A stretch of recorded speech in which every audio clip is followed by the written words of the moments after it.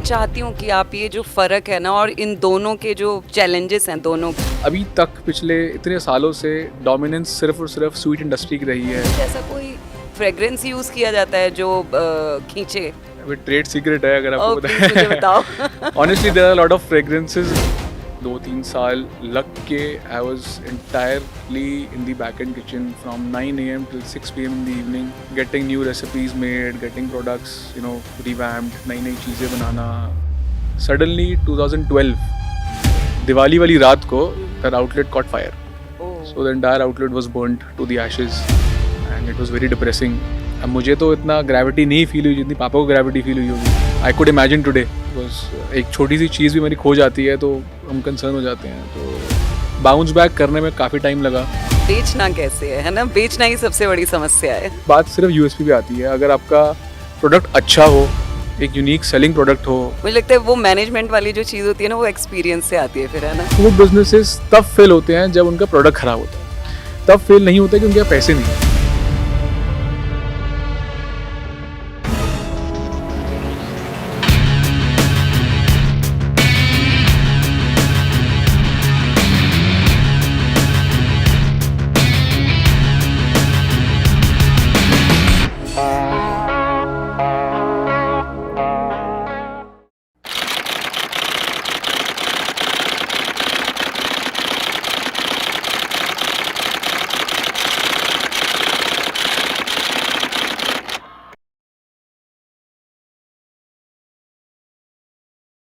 नमस्कार दोस्तों, startup vibes 18 में आपका स्वागत है और आज हमारे साथ हैं अक्षत मेहता।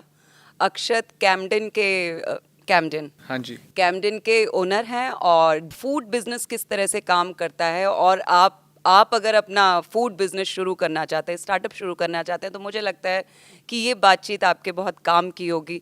तो स्वागत है अक्षत आपका, और कैसा लग रहा है आपको स्टार्टअप वाइब्स 18 में? Thank you so much for having me over. बहुत अच्छा लग रहा है that I am able to share my life story on this platform yes, and काफ़ी एक्साइटिंग रहने वाला है। बिल्कुल। तो हम लोग शुरू से बात करते हैं अक्षत, है ना? आपके स्कूल कॉलेज से, तो आप कहाँ से? दिल्ली से ही हमेशा से दिल्ली में ही रहे हैं आप? हाँ जी, I am born and brought up in Delhi. मेरे पेरेंट्स हरियाणा से हैं। तो अराउंड 1991 में दे केम टू दिल्ली कुछ बिजनेस स्टार्ट करने के लिए। My dad came. तो अराउंड 2004 ही opened up a small restaurant. उन्होंने रेस्टोरेंट खोला आसपास देख के कि रेस्टोरेंट इंडस्ट्री बूम हो रही थी। तो we had a very small. कौन से साल की बात थी ये? This was back in 2004। I think 3 और 4, I clearly don't remember properly. तो उस टाइम उन्होंने छोटा सा रेस्टोरेंट खोला। It was doing well because उस टाइम रेस्टोरेंट्स बहुत कम हुआ करते थे, बट चैलेंजेस बहुत थे रेस्टोरेंट के अंदर। Long hours of duty, late nights, because you have to serve the guests and all. And उस टाइम सोशल मीडिया बूम नहीं था, तो you had to market everything yourself. Online boom नहीं था, तो सब कुछ प्रोक्योरमेंट भी खुद करनी पड़ती थी जाके। तो things were challenging. Slowly and gradually जब हम एक्सपैंड करने लगे तो someone gave us an idea कि यार आप ना एक छोटा सा बेकरी काउंटर लगा लो अपने रेस्टोरेंट में। तो डैड वाज लाइक कि ठीक है यार लगा लेते हैं, let's see if added sale is a benefit. तो एक छोटा सा बेकरी आउट स्टैंड ही लगाया, कियोस्क का लगाया। वहाँ पे we started procuring things from someone else. Outsourcing करा हुआ था हमने। सो 3 months we did that and we got a great response because आसपास कोई बेकरीज थी नहीं। This was in old Rajendra Nagar. आसपास ये कोई 2004 की ही बात हाँ है। जी। तो वहाँ पे आसपास कोई बेकरीज थी नहीं। आसपास बेकरीज नहीं थी तो दैट स्टार्टेड वेरी वेल। अच्छा चलने लगा। 1-2-3 साल हमने parallelly restaurant and bakery run करा। Then I clearly remember my dad telling me the story and to 1,000 people honestly कि 2007 या 8 में एक मूवी आई थी ऋतिक रोशन की, लक्ष्य। हाँ, लक्ष्य, यस, लक्ष्य जिसके हाँ। अंदर वो आर्मी मिशन पे जाते हैं। उसमें एक डायलॉग था उनका which which he is very inspired by कि अगर आपको कोई भी काम करना है स्पेशलाइजेशन से करना है, तो अगर आप घास काटने वाले बने तो ऐसे घास काटने वाले बने कि पूरे देश विदेश में आपको जाना जाए। तो स्पेशलाइजेशन से काम करे, उसी के अंदर ग्रोथ है, उसी के अंदर सक्सेस है। So that night he decided कि यार अब रेस्टोरेंट नहीं करना, बेकरी के अंदर मज़ा आ रहा है, रेस्टोरेंट शट करेंगे। एंड हाल फिलहाल में उसी टाइम हमने अच्छा, रेनोवेशन तो करी थी। रेस्टोरेंट और बेकरी दोनों साथ चला साथ रहे थे? चल रहा था, हाँ जी। तो उन्होंने रेस्टोरेंट शट डाउन कर दिया within a few days and bakery full fledged कर ली। बैक एंड किचन सेटअप कर लिया एंड देन टीम हायर कर ली, full fledged bakery like you see everywhere वो कर ली. So things were going very well, मज़ा आने लगा उनको. I was still in school I think that time. तो मज़ा आने लगा because bakery is a completely different sector as compare to a restaurant, because restaurant के अंदर need to serve the guest yourself. मैं चाहती हूँ कि आप ये जो फ़र्क है ना, और इन दोनों के जो चैलेंजेस हैं दोनों के, अगर आपको रेस्टोरेंट शुरू करना है और आपको अगर एक बेकरी शुरू करनी है, तो मतलब किस तरह से आप किन किन चुनौतियों का सामना करते हैं? क्योंकि मुझे लगता है कि दोनों का अपना अलग है मामला, है ना? बिल्कुल. दोनों को अलग अलग तरीके से चलाया जाता है. फूड इंडस्ट्री में आई थिंक 3 या 4 सेगमेंट हैं. हाँ. One is a bakery segment, हाँ. One is a restaurant segment, हाँ. एक है डिलीवरी सेगमेंट एंड एक है होम बेकर सेगमेंट. हम्म. तो restaurant segment is completely different because वहाँ पे major focus is about giving an ambiance to the customers, because you are not selling your food, you are selling an ambiance. तो एक छोटी सी story आपसे share करता हाँ, हाँ, बिल्कुल. हूँ. Back in 2015 I was in London. तो वहाँ पे एक हागन डास के नाम से एक आइसक्रीम ब्रांड है. उनकी स्टडी में क्या था that we were given an ice cream and एक एटमॉस्फेयर बनाया हुआ था. So the first atmosphere was that you are sitting in a park where birds are chirping, अच्छा एम्बियंस है, अच्छा एटमॉस्फेयर है एंड ट्रीज हैं, ऐसे विजुअल पूरा रिप्रेजेंटेशन था. And we were sitting, we were a group of 7 to 10 people. तो उन्होंने बोला आइसक्रीम खाइए एंड कुछ 4-5 पैरामीटर्स थे, उस पर आइसक्रीम को रेट कीजिए. ओके, हमने रेट करा. सेकेंड सिचुएशन थी, you are sitting on an airplane. आप फ्लाइट में बैठे हैं, शोर हो रहा है आसपास, कोई बच्चा रो रहा है and there is that void of सब एयर एज वेल. तो वहाँ पे उन्होंने सेम आइसक्रीम दी, आप आइसक्रीम खाइए और उसको आप उसका फीडबैक दीजिए. ओके. तीसरा एटमॉस्फेयर, आप अपने बेड पे बैठे हैं, you are watching a movie, there is no sound at all and आप तब उसका फीडबैक दीजिए. हमने फीडबैक दिया. तीनों फीडबैक के बाद तीनों का फीडबैक अलग था. नहीं, पहला कौन सा था? पहला था इन अ पार्क यू सिटिंग, हाँ. सेकंड था एयरप्लेन, हाँ. थर्ड था बेड पे बेड आप पे आराम से बैठे, बैठे हाँ, अपने रूम में, है अपने ना? रूम में. एंड में पता लगा दैट तीनों का फीडबैक कम्प्लीटली डिफरेंट था. अच्छा. किसी की रेटिंग 40%, किसी की 60%, किसी की 90%, but irony is ice cream same थी. ओह. we found out interesting. we found out that the ambience in which you are having that food वो बहुत मैटर करता है to your taste, because 50% of the taste is acquired. आप पहले ही उसको acquire कर जाते हो with the preconceived notions before entering that place. किसी रेस्टोरेंट में आप किसी के बारे में आपने वर्ड ऑफ माउथ बहुत सुना है, तो आप रेस्टोरेंट एंटर करने से पहले ऑलरेडी आपका टेस्ट डेवलप हो चुका है, because you are getting that feedback from people on social media and a lot of other platforms. तो 50% टेस्ट डेवलप हो चुका होता है and that next 50% is upon the restaurant. तो एक अच्छा एम्बियंस देना रेस्टोरेंट में एक बहुत बड़ा चैलेंज भी है एंड ज़रूरी भी है. हाँ. सेकंड, हम बात करें बेकरी की. Bakery is a science altogether, because restaurant के अंदर a pinch of salt can be same for you, can be different for some other person. On the contrary, bakery is a complete science because everything is measured to the gram, to the last gram, and then production happens. Restaurant के अंदर the things are completely driven by the chefs, because whatever the chef does in terms of the ultimately Indian cuisine के अंदर it is all the play of spices. कि spices कितनी quantity में डले हैं, because वो 10 स्पाइसेस से I think I don't know 100 dishes बना सकते हो आप. तो सारा प्ले स्पाइसेस का है and hands of the chef. But in a bakery it is all about measuring the ingredients in such a way, एक एक gram would matter to the final product. Then third segment is I think home bakers.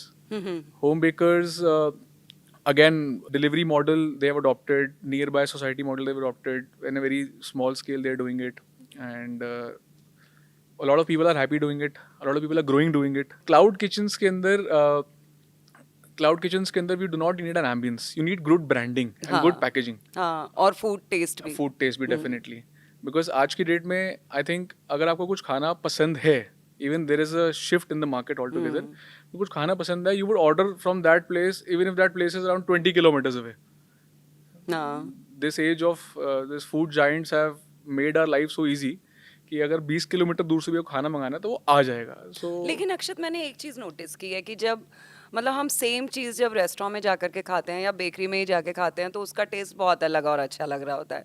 Same चीज़ को जब हम घर पे मंगाते हैं तो वो थोड़ा तो कभी कभी टेस्ट वो वाला फील नहीं मिलता है जो आपको वहां जा करके बैठ के खाने में मिलता है ना? डेफिनेटली, जैसे मैंने बताया, it is all about that ambiance, that हाँ। Atmosphere which is created. Hmm. अब किसी बेकरी में जाते हैं, you have that smell of हाँ, savouries, that yes sweet yes, smell. ओहो हो। तो आप मॉल में जाइए, आपको वहां पर भी एक खुशबू आनी शुरू हो जाती है, बहुत दूर से बेकरी की खुशबू बहुत दूर से आनी शुरू हो बिल्कुल जाती बिल्कुल है। क्या बिल्कुल. ये सच है कि सचमुच ऐसा कोई फ्रेग्रेंस यूज किया जाता है जो खींचे? ऐसा सच है? अभी ट्रेड सीक्रेट है अगर आपको ओ पता प्लीज मुझे है. बताओ। Honestly, there are a lot of fragrances which है ना? come like vanilla जिनसे fragrance. क्रेविंग आती है Yeah, एकदम yeah, खाने yeah. की। So fragrances आते हैं. There are a lot of machines. So fragrance, हाँ। we try to induce it. Because ultimately, it is all about luring the customers inside. Hmm. Our rest, it's our job. मतलब एक अलग ही तरह का खिंचाव होता है ना उस खुशबू में, ऐसे लगता है कि एकदम कुछ पक रहा है अच्छा सा, बिल्कुल. और बस खा लो अभी जा करके, है ना? इतना अच्छा खुशबू आता है। और जरूरी नहीं है कि हर चीज का टेस्ट आपको अच्छा भी लगे, लेकिन खुशबू बहुत सही होती है। बिल्कुल बिल्कुल बिल्कुल. खुशबू एंड उसके बाद I think visual appearance. Because हाँ। We are selling that only. Taste is secondary. जब तक आपको चीज़ देखने में नहीं अच्छी लगेगी, चाहे रेस्टोरेंट हो चाहे बेकरी हो, हम्म। जब तक वो चीज़ देखने में अच्छी नहीं लगेगी, विजुअली अपीलिंग नहीं लगेगी, because ultimately customer is buying the products face हाँ फर्स्ट. बिल्कुल टेस्ट सेकेंडरी है. बिल्कुल।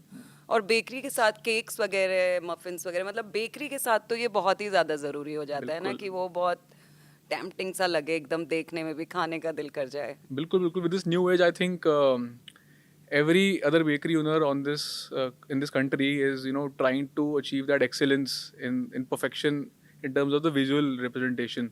कि देखने में आउटलेट सुंदर होना चाहिए, अंदर घुसे तो it should B visually appealing the products. So I think the country is going ahead. A great job for all the bakers. Everyone's doing very well, and I think it will continue to grow. Yes, हम लोगों ने बीच में इतना interesting कहानी चल रहा था, आप सुना रहे थे कुछ, है ना, अपना लंदन का? बिल्कुल बिल्कुल. हाँ। उससे पहले मैं चलता हूँ एक बारी. हाँ। तो 2007 में जैसे बताया, फादर ने बेकरी सेटअप कर ली थी. बहुत मज़ा आने लगा, काम करने मज़ा आने लगा. लॉन्ग ड्यूटी आज थोड़े कम हो गए, बिकॉज रेस्टोरेंट में आपको लेट तक सर्व करना होता था. स्मॉल स्केल बिजनेस था उस टाइम. बेकरी के अंदर it was completely opposite. Full day you have to do the production, and शाम को it is selling at the outlets. So काफ़ी मज़ा आने लगा. एंड बेकरी में क्या था, there was a segment of non perishable goods like cookies, dry cakes and other hampers which you were doing even back then. तो people used to gift that a lot. किसी को गिफ्ट करते हैं तो वो वर्ड ऑफ माउथ से I think sales और बढ़ने लगी. वर्ड ऑफ माउथ से ब्रांडिंग और ज़्यादा स्ट्रॉन्ग होने लगी. तो ये सब हो रहा था. उसके बाद वी डिसाइडेड कि हम एक और आउटलेट खोलते हैं. सो 2011 में we opened up another outlet near the vicinity around 3-4 kilometers away. तो everything was going great. Outlet was a very good success. Sales were very good. Suddenly 2012 Diwali वाली रात को that outlet caught fire. So the entire outlet was burnt to the ashes, and it was very depressing. मैं तो उस time school में था, obviously. मैं उस टाइम कॉलेज में था, सॉरी. तो इट वाज वेरी डिप्रेसिंग. मैं तो बिजनेस में फुल टाइम इन्वॉल्व नहीं था, but I could see the family, because 50% of the revenue generating obviously, और क्या। sale हाँ. is completely gone हाँ. overnight, and that हाँ. too on the night of Diwali. Something must have happened. So it was very depressing for all of us कि क्या करना तो ये है. दिवाली के पटाखों की वजह से हुआ था? पटाखे थे, शॉर्ट सर्किटिंग थी, मैं इसीलिए दिए कहती थे. हूँ दिवाली के पटाखे नहीं चलाने चाहिए, कुछ ना कुछ नुकसान ही करेंगे। बिल्कुल. कुछ नहीं करेंगे तो पॉल्यूशन बना करके रखेंगे। तो दिस हैपेंड. तब मैंने डिसाइड किया, यार काम तो चल रहा है, काम ग्रो भी हो रहा है, बट एक प्रोफेशनलिज्म मिसिंग है. कि बिजनेस में प्रोफेशनलिज्म होना जरूरी है. शायद थोड़ा और प्रोफेशनल होता. ये कब की बात है? लंदन से वापस नहीं, आने के और बाद? बहुत पहले. अच्छा. ये कॉलेज से भी पुरानी बात है. अच्छा. तो प्रोफेशनलिज्म होना चाहिए था, बिकॉज ऑन एंड ऑफ जब से बिजनेस स्टार्ट हुआ था, तो वीकेंड्स पे, probably festive time पे, so I used to go and help my dad कि there was a limited number of team, and जब festival time पे sales ज़्यादा होती हैं तो you are required, your presence is required. तो मैं हेल्प करता था. तो स्टार्टिंग से ही एक वो पैशन था कि यार काम तो करना है, बिजनेस करना ही करना है. अच्छा, शुरू से ये था कि पापा के साथ ही आना है बिजनेस में? नहीं, ऐसा तो कभी डिसाइडेड नहीं था. बट ये था कि जैसे अब फूड इंडस्ट्री में क्या होता है, that usually during festive time the sales are around 3-4x. तो 3-4x sales means more customers. So more customers mean more handling. तो मोर हैंडलिंग के लिए अब I use to help dad. जैसे कभी he is not available, so I use to be the stepney for him. तो मैं starting से around 7th 8th class से बिजनेस जाता का था, like probably once a week, 10 days, so I used to go there.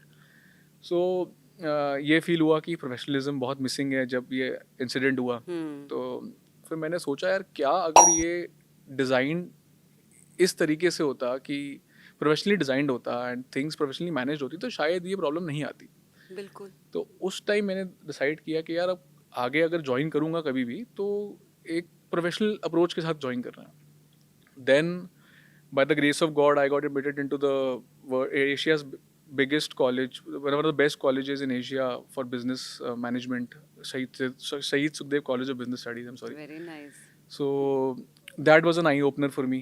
My life completely changed after that. School तक तो I was a very big introvert. College join करते ही my life completely changed because college में आते ही my mind was boggled कि यार such people from such different backgrounds are coming and doing so many things in life. And even the college, as a matter of fact, अभी school तक तो हम सिर्फ academics में ही थे. कॉलेज के अंदर the focus was 50% academics and 50% co-curricular activities like Yes. projects, single-handedly events organize करना and sales projects, marketing projects, and मतलब 7 days a week we were completely busy in college things. हमने कभी ऐसे जैसे आजकल आप देखते हैं कॉलेज में लोग enjoy करते हैं, हमने वैसा कुछ नहीं करा. But ये है कि for 3 years we were completely busy in college work.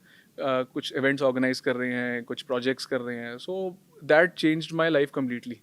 So that ignited more fire in me कि यार अब काम करना है हाँ, because मतलब अभी बहुत हो गया, अब कुछ करना है ना. विजन ब्रॉडन हो गई. हाँ. फिर वो दिमाग में बात तो थी कि प्रोफेशनल अप्रोच अब कैसे लाई जाए, अब या तो जॉब करनी पड़ेगी. So that time I decided कि let's take up a job. हमारे कॉलेज में वैसे ही अब सबको पता है रेस होती है कि किसकी जॉब पहले लगी, किसकी जॉब बाद में लगी. हाँ. तो I worked as a risk consultant with Access Risk Consulting for I think around 8 to 10 months. अच्छा, नौकरी भी की. Yes. Very nice. So 8 इस to पर 10 मैं आऊंगी अभी थोड़ी देर में, बिल्कुल. है ना. सो दो चीज़ें बहुत अच्छी हुई नौकरी के अंदर. हम्म. पहली चीज़ तो ये बहुत अच्छी हुई कि मुझे एक प्रोफेशनल एनवायरनमेंट मिला. हाँ. अब उस टाइम तक हमें 25-30 लोगों को मैनेज करने में इशू होता था. So I used to see people managing 4-5,000 employees. तो एक हायरार्की कैसे डेवलप होती है, how things are done professionally in environment, in a corporate environment, how reporting is done. तो वो चीज़ें बहुत अच्छे से सीखने को मिली. दूसरी चीज़ बहुत ही अच्छी हुई कि ये परमानेंटली डिसाइड करते हैं कि अभी जॉब नहीं करनी कभी. यस. यही मुझे जानना था एक्चुअली, कि मैं ये जानना चाह रही थी कि क्या अंतर महसूस हुआ जॉब में और अपने बिजनेस में आकर के, और ये आया ख्याल कि अब करना नहीं है जॉब, नौकरी नहीं करनी है, करना तो बिजनेस ही है ना. ये तो डेफिनेटली उस टाइम ही डिसाइड कर लिया था आई थिंक आफ्टर 6-7 months कि यार जॉब नहीं हो सकती बिकॉज एक फ्री हैंड नहीं है मेरे पास काम करने के लिए. Because I have to take a decision about myself. Even my goals are connected to my business goals as well. कुछ डिसीजन लेना है तो I am bound by what my superiors will have to tell me. But time से boundation है तो बहुत अच्छी चीज़ें भी. बट अगेन मेरे को बाउंडेशन नहीं चाहिए. If I have to grow, my growth should be sky is the limit और नथिंग एट ऑल. तो वो एक ग्रोथ माइंडसेट से मैंने सोचा कि ये जॉब तो नहीं हो सकती मेरे से. I can not report to anyone every day, every 2 hours I can not report to anyone. तो ये डिसाइड हुआ कि जॉब तो नहीं करनी. तीसरी चीज़ एक बहुत अच्छी हुई, मैं बताना भूल गया, the importance of 9 AM. Because usually business owners क्या करते हैं, दे रीच लेट 12-1. तो importance of 9 AM in business is very important. और उनको जॉब नहीं सिखाई कि सुबह आप 7 बजे 6 बजे उठो and then do your errands in the morning. आप ऑफिस पहुंच रहे हो sharp at 9, no questions asked. हमने बिजनेस में तो क्या है, कभी लेट पहुंचे जल्दी पहुंचे, I think it's okay. You can not, you don't have to report to anyone. Job में that 9 AM thing is like what taught me and has been running till date. It is चलो, नौकरी करने का कुछ तो फायदा हुआ है ना. फायदा हुआ. सो इसके बाद before joining business I thought एक बहुत बड़ा चैलेंज उस टाइम फेस होता था बिकॉज बेकरी तो थी, सेटअप भी था, सेल्स भी थी, आउटलेट्स भी थे, बट सारी डिपेंडेंसी फिर भी शेफ्स पे थी. Why? Because technical know how थी नहीं, ना मेरे पास ना डैड के पास. तो everything was driven by the chef. Chef used to say sir ये बनाना है, okay chef. Chef let's say one day ही डिसाइडेड कि कल नहीं आना, कल नहीं काम होगा तो नहीं होगा. इट्स शेफ की मर्जी है. सो अगेन लेबर इंटेंसिव काम है, तो थोड़ा सा आई डिसाइडेड कि यार ये चीज़ को एलिमिनेट करना है, ये प्रॉब्लम को. बिकॉज हमें डिपेंडेंसी तो it is fine, but dictating is a little problem for me. So I decided कि एक स्किल सेट लेना बड़ा ज़रूरी है बिफोर एंटरिंग द बिजनेस. तो then I decided to go to London, Le Cordon Bleu. So I did a bakery diploma over there for 6 months. So वहाँ पे I was taught the basics and the advanced skill set for the bakery. Everything, as a matter of fact, from breads to desserts to entremets. So जो चीज़ें आज आप देखते हैं हर जगह, so everything was taught there. But वहाँ पे भी it was very challenging कि batch of 40 people, I was the only guy. ओ सारी लड़कियां सारी थी लड़कियां थी, कोई अक्रॉस द ग्लोब, कोई होम बेकर हाँ. थी, किसी का खुद का बिजनेस था, कोई कहीं से था. वहाँ जाके मेरे को 2 महीने तो मैं बड़ा परेशान हुआ that I am the only guy, is it the right decision I am taking, क्या ये बिजनेस है मेरे लिए कि नहीं है. बट जैसे जैसे I get got the gist of everything, क्योंकि पहले तो आटा और मैदे में फ़र्क भी नहीं पता था. दोनों वाइट कलर की हैं, आटा मैदा दोनों सेम है, that's fine. then scientifically got to understand the ingredients properly कि एक एक ingredient का क्या function है in any final product. तो धीरे धीरे करके मज़ा आने लगा. and then I think 6 months के अंदर I topped my batch as well. पहले मेरे को एक केक बनाना भी नहीं आता था, छोटा सा, जैसे लेट्स से आइसिंग होती है, आइसिंग भी नहीं करनी आती थी.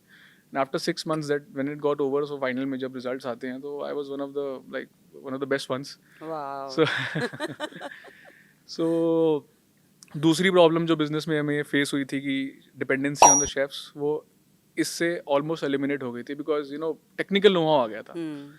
बट उसके बाद when I came back to business, I was formally introduced. Formal introduction के बाद हमने थोड़ा सा आउटलेट मेकओवर किया, थोड़ा सा प्रोडक्ट ऑफरिंग चेंज करी. 2-3 साल लग के I was entirely in the back end kitchen from 9 AM till 6 PM in the evening, getting new recipes made, getting products revamped, नई नई चीज़ें बनाना and testing everything because ingredients का बहुत फ़र्क है, what we get here and what was available abroad. तो अब वही सेम चीज़ इंडियन इंग्रेडिएंट्स के साथ करना was a challenge, but yet again took us a good amount of time. हमने वो डेवलप किया, चेंज किया. अब नया चैलेंज आ गया कि प्रोडक्ट तो बन रहा है, प्रोडक्ट अप्रूव्ड भी है by friends and families and acquaintances, but बिक नहीं रहा. बेचना कैसे है बेचना ना, कैसे बेचना है? ही सबसे बड़ी समस्या है. बेचना कैसे? अब हम शाम तक प्रोडक्ट बना के डिस्प्ले कर दे काउंटर्स पे, ब्रांडिंग भी कर दे स्ट्रॉन्ग, टेस्टिंग भी कर दे, बट प्रोडक्ट नहीं बिक रहा. What is the problem? नहीं समझ आ रही. First day we had to throw out around 40 desserts, second day around 50 desserts, third day around 30 desserts. तो चलता रहा काफ़ी अमाउंट ऑफ टाइम तक. एंड बहुत डिप्रेसिंग सा माहौल हो गया था यार. मतलब इतना टाइम की इन्वेस्टमेंट के बाद, इतनी मेहनत के बाद, it was not happening. So it was very depressing कि क्या करना है. फिर वन डे आई डिसाइडेड कि यार 3 महीने बैक एंड पे जाना ही नहीं है. अच्छा. 3 months 10 AM in the morning, रात तक I was only at the outlet, oh. Front end पे, अंडरस्टैंडिंग कि कस्टमर को क्यों नहीं पसंद आ रहा, व्हाट इज द और प्रॉब्लम. जबकि टेस्ट वगैरह में कोई ऐसा प्रॉब्लम नहीं था, है ना.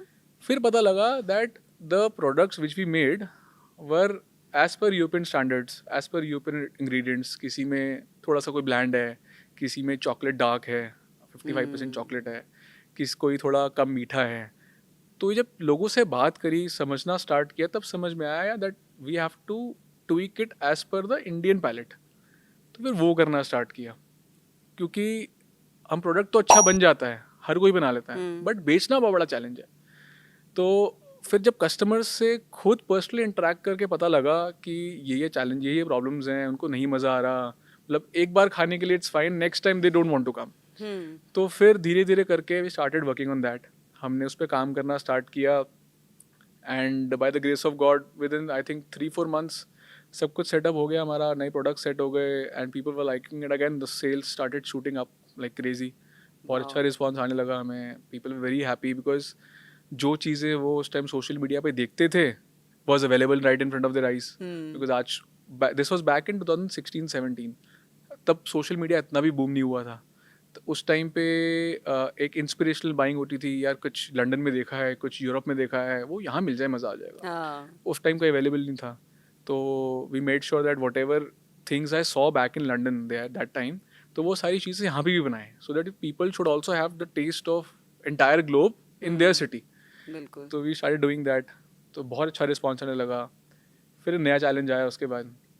3 आउटलेट्स मैंने बताया उस टाइम हमारे थे. हर किसी आउटलेट पे अलग अलग किचन थी. अच्छा, तो प्रोडक्ट बना लिया, इसके प्रोडक्ट। पीछे वजह क्या थी? क्योंकि मुझे लगता है कि नॉर्मली किचन एक ही रखते हैं, है ना? यस, बट हाँ। उस टाइम क्या था दैट ट्रांसपोर्टेशन थोड़ा चैलेंज था। हुँ, तो जैसे केक्स हैं, इट्स अ डेलिकेट प्रोडक्ट। जैसे आप उसको ट्रांसपोर्ट करते हैं, गाड़ी में भी लेके जाएंगे तो एट टाइम्स विद बम्प्स वो केक खराब हाँ, हो जाता है। हाँ, वो तो है। तो for that ease of doing business, हमने किचन, एक छोटी किचन हर आउटलेट पे सेटअप करी हुई थी। बट देन वी रियलाइज कि यार यहाँ QC is fine, from at one outlet QC is fine, things are um, doing properly, taste is okay, but um, दूसरे आउटलेट पे that standardization is not there. क्या करा जाए? देन वी डिसाइडेड कि इसको सेंट्रल किचन करते हैं। हुँ, तो उस time back in 2016, I think, if I am not, if I am right, 16 में हमने एक सेंट्रल किचन सेटअप करी। वहाँ पे बहुत चैलेंजेस आए, because at a far off location you have to transport delicate products. अब एक 3-4 टीयर केक ट्रांसपोर्ट करना है 10 किलोमीटर दूर, um, where there are 100 bumps, 100 potholes. तो बहुत दिक्कत हुई थी। हाँ, एट टाइम्स मैं अपनी खुद की गाड़ी में वो लेके जाके केक्स ट्रांसपोर्ट करने लग गया कि यार एटलीस्ट कस्टमर का एक इवेंट है। So let's say customer is ordering a like a 10 kg cake, hmm, 3-4 tier cake, वो हुँ, ऑब्वियसली एक 200-300 लोगों की गैदरिंग के लिए कर हुँ, रहे हैं। हुँ, तो it is a very delicate and happy moment for the customer. उसका केक खराब हो जाए पहुंचते हुए, इट इज़ हाँ, नॉट राइट। हाँ, तो जब तक ये सॉर्ट नहीं हुआ तो I started driving my self. 2-4-5 बार मैंने खुद केक गाड़ी में डाला, मैं खुद डिलीवर करने चला गया। वॉव! तो मैंने कहा कस्टमर के लिए it is very happy moment. किसी का हुँ। फर्स्ट बर्थडे बेबी का, किसी का एनिवर्सरी है, किसी का रोका है, तो लोगों के केक से भी इमोशन जुड़े होते हैं, एग्जैक्टली, है ना? केक बहुत स्पेशल होता है किसी भी इवेंट में। एग्जैक्टली। सो इसके पीछे भी स्टोरी आपको इसके बाद हाँ, बताऊंगा। मुझे जाननी है। तो मैं खुद डिलीवर करना स्टार्ट 2-4-5-10 बारी मैंने करा। फिर then we tackled the problem by introducing some refrigerated vans, थोड़ा सा और डेलिकेसी से उसको बनाना, चेंजिंग द फॉर्मुलेशन लिटिल, कि थोड़ा सा longer duration cakes can be transported and can stay for a longer time. तो वो इशू सॉल्व हो गया। देन फिर हमने मास एक्सपेंशन स्टार्ट करी। ये एंड 2016-15 की बात है। ये 16-17 की बात है। 16-17 की बात है क्योंकि अभी हम फिर आएँगे कोविड पर, हाँ, है उससे ना? पहले भी एक और स्टोरी बताता हूँ आपको। उससे पहले, अब मैंने आपको बताया टेक्निकल प्रोफेशनलिज्म आ गया था, हुँ, प्रोडक्ट नॉलेज आ गई थी, बट हुँ, मैनेजमेंट नहीं आई थी फिर भी। हाँ, अब टीम तो बड़ी हो रही थी, पर टीम को मैनेज कैसे करें नहीं पता था। हाँ। मुझे लगता है वो मैनेजमेंट वाली जो चीज़ होती है ना, वो एक्सपीरियंस से आती है फिर, है एक्सपीरियंस ना? से ज़रूर आती है। तो मैनेज कैसे करें टीम को? अब टीम हर जगह बड़ी हो रही है, कहीं यहाँ लीकेजेस हैं, कहीं वहाँ लीकेजेस हैं, कहीं हुँ, बैकएंड में लीकेजेस हैं। हम पूरे दिन क्राइसिस ही कर रहे हैं, हमारा पूरे दिन हुँ, क्राइसिस चल रहा है, यहाँ से फ़ोन आ रहा है, वहाँ से फ़ोन आ रहा है, सर ये सामान खत्म हो गया, ये हो गया, वो हो गया। So full day we were employed in our business. सुबह 10-12 घंटे बस लगे हुए थे एक तरीके से, which I did not like. Um, So 2018, I decided I will pursue a business management program from SP Jain, Bombay. Hmm, So from there, I did my family managed business program. Hmm, It's an MBA in hmm, family hmm, managed business. तो उसके अंदर क्या था that we had to travel for 1 week in a month. हुँ, तो वहाँ पे so it was only a business management program for business owners. तो जितना भी peer था सारा, around 150 people were there. सारा were from business families, similar age group like 25 to 30 years, and learning about businesses, like how business should grow, how you should hmm, manage businesses. जहाँ हुँ, हमसे 50 employ manage नहीं हो रहे, वहाँ लोग 5,000 कैसे कर रहे हैं। हाँ, तो वो सीखने को मिला। अलग अलग स्टेट से लोग आए हुए थे। So it was a very good experience for me. Management सीखने को मिली, बिकॉज एक हफ्ता जो हम वहाँ सीखते थे बॉम्बे में जाके, so we had to apply those things back here in business. And um, उसके फिर रिपोर्ट बनती थी that those things did it work for you or not. So वो करा। एंड अगेन जो प्रॉब्लम्स फेस हो रही थी till date, I think more or less for it was solve. उस टाइम तक we were working in the business. Um, business के अंदर पूरे दिन काम कर रहे हैं, सेल्स कर रहे हैं, प्रोडक्शन कर रहे हैं, परचेज कर रहे हैं। वहाँ जाने के बाद समझ आया कि that you should not work in the business, you should work for the business. कि business should be such that automatically it should grow. आपके जितने भी आपकी अपनी इन्वॉल्वमेंट आपको बिजनेस में कम रखनी है, so that you can grow for the business and increase the sales hmm, by working for it. तो ये हमने करना स्टार्ट किया। And I think today we are one of the most free people the entire day, because there is no involvement in daily operations which we have. Again, we only work towards growth and towards opening more outlets and just to understand what the customer wants these days. So this has been like the story till now. हम लोगों को अक्सर लगता है कि bakery business मतलब बड़ा आसान सा होगा। बचपन से रहता है ना कि केक केक का कुछ केक बनाएंगे। बचपन में बच्चों को केक बहुत अच्छा लगता है, तो उनका ये रहता है कि बड़े होकर के केक का बिजनेस करेंगे, साइड बिजनेस केक करेंगे। लेकिन आपकी बातें सुन करके लग नहीं रहा है बिल्कुल कि बेकरी चलाना भी आसान है, मतलब देखिए साइड बिजनेस तो डेफिनेटली नहीं हो यस। सकता. So that is very clear. बाकी secondly about opening a bakery, I think a lot of people are excited. बहुत लोग करते भी हैं होम बेकर्स, ऐसे ही स्टार्ट करते हैं. Lot of bakeries you see around आज की डेट में लोगों ने होम बेकरी से ही स्टार्ट करी है. वहाँ से अप्रूवल मिला है लोगों से and they have developed their products in such a way कि लोगों को अच्छा लगने लगा तो उन्होंने अपना आउटलेट्स सेटअप कर लिए. And I think this is the best way going forward. कि बहुत बार क्या होता है कि every business I think is hit and trial. कि अगर आपको वो हिट हो गया तो it will run like anything, नहीं हुआ तो it is very difficult for you to survive. तो बेकरी में सबसे ईजीएस्ट पार्ट इज़ कि कैपिटल इन्वेस्टमेंट बहुत नॉमिनल है, मतलब बहुत ज़्यादा नहीं है. बिकॉज मशीनरी इजीली अवेलेबल है, लो कॉस्ट मशीनरी भी है, इंग्रेडिएंट्स इजीली अवेलेबल हैं. अमेजोन पे भी इंग्रेडिएंट अवेलेबल है. अमेजोन नहीं, आज की डेट में इंस्टामार्ट पे भी इंग्रेडिएंट अवेलेबल है. विद इन 10 मिनट्स आपको सारे इंग्रेडिएंट मिल जाएंगे. विद इन 30 मिनट्स आप घर पे खुद केक बना सकते हो. तो काफ़ी लोग कर रहे हैं ये. आई थिंक इससे बहुत अच्छी चीज़ ये हो रही है कि हमारी कंट्री की बेकिंग इंडस्ट्री बहुत ग्रो हो रही है, which is the need of the hour. Because अभी तक पिछले इतने सालों से डोमिनेंस सिर्फ और सिर्फ स्वीट इंडस्ट्री की रही है, मिठाइयों की रही है इंडिया में. एंड हर किसी रीजन की अलग अलग मिठाइयाँ हैं. नॉर्थ में कुछ फेमस है, बंगाल में कुछ फेमस है, साउथ में कुछ फेमस हैं. तो अभी तक ये भी होता था कि एक मिडिल क्लास और लोअर मिडिल क्लास के लिए मीठे में ऑप्शन सिर्फ एक मिठाई ही है. रसगुल्ला हो गया, गुलाब जामुन हो गया, लड्डू हो गया. वो कभी बेकरी की तरफ जाते नहीं थे. तो बेकरी जितनी बढ़ती जा रही हैं all across India, I think ये बेहतर इसलिए है कि ज़्यादा मास पब्लिक के लिए इट इज़ अवेलेबल. कि लोअर सेगमेंट बेकरीज भी हैं, नीश बेकरीज भी हैं, मीडियम लेवल बेकरीज भी हैं. तो जितनी ज़्यादा बेकरीज खुलेंगी आई थिंक बेकरी इंडस्ट्री इतनी ज़्यादा स्ट्रांग होगी एंड लोगों को और ऑप्शंस मिलेंगे रादर देन ओनली स्वीट्स. बिल्कुल बिल्कुल, वो तो है ही.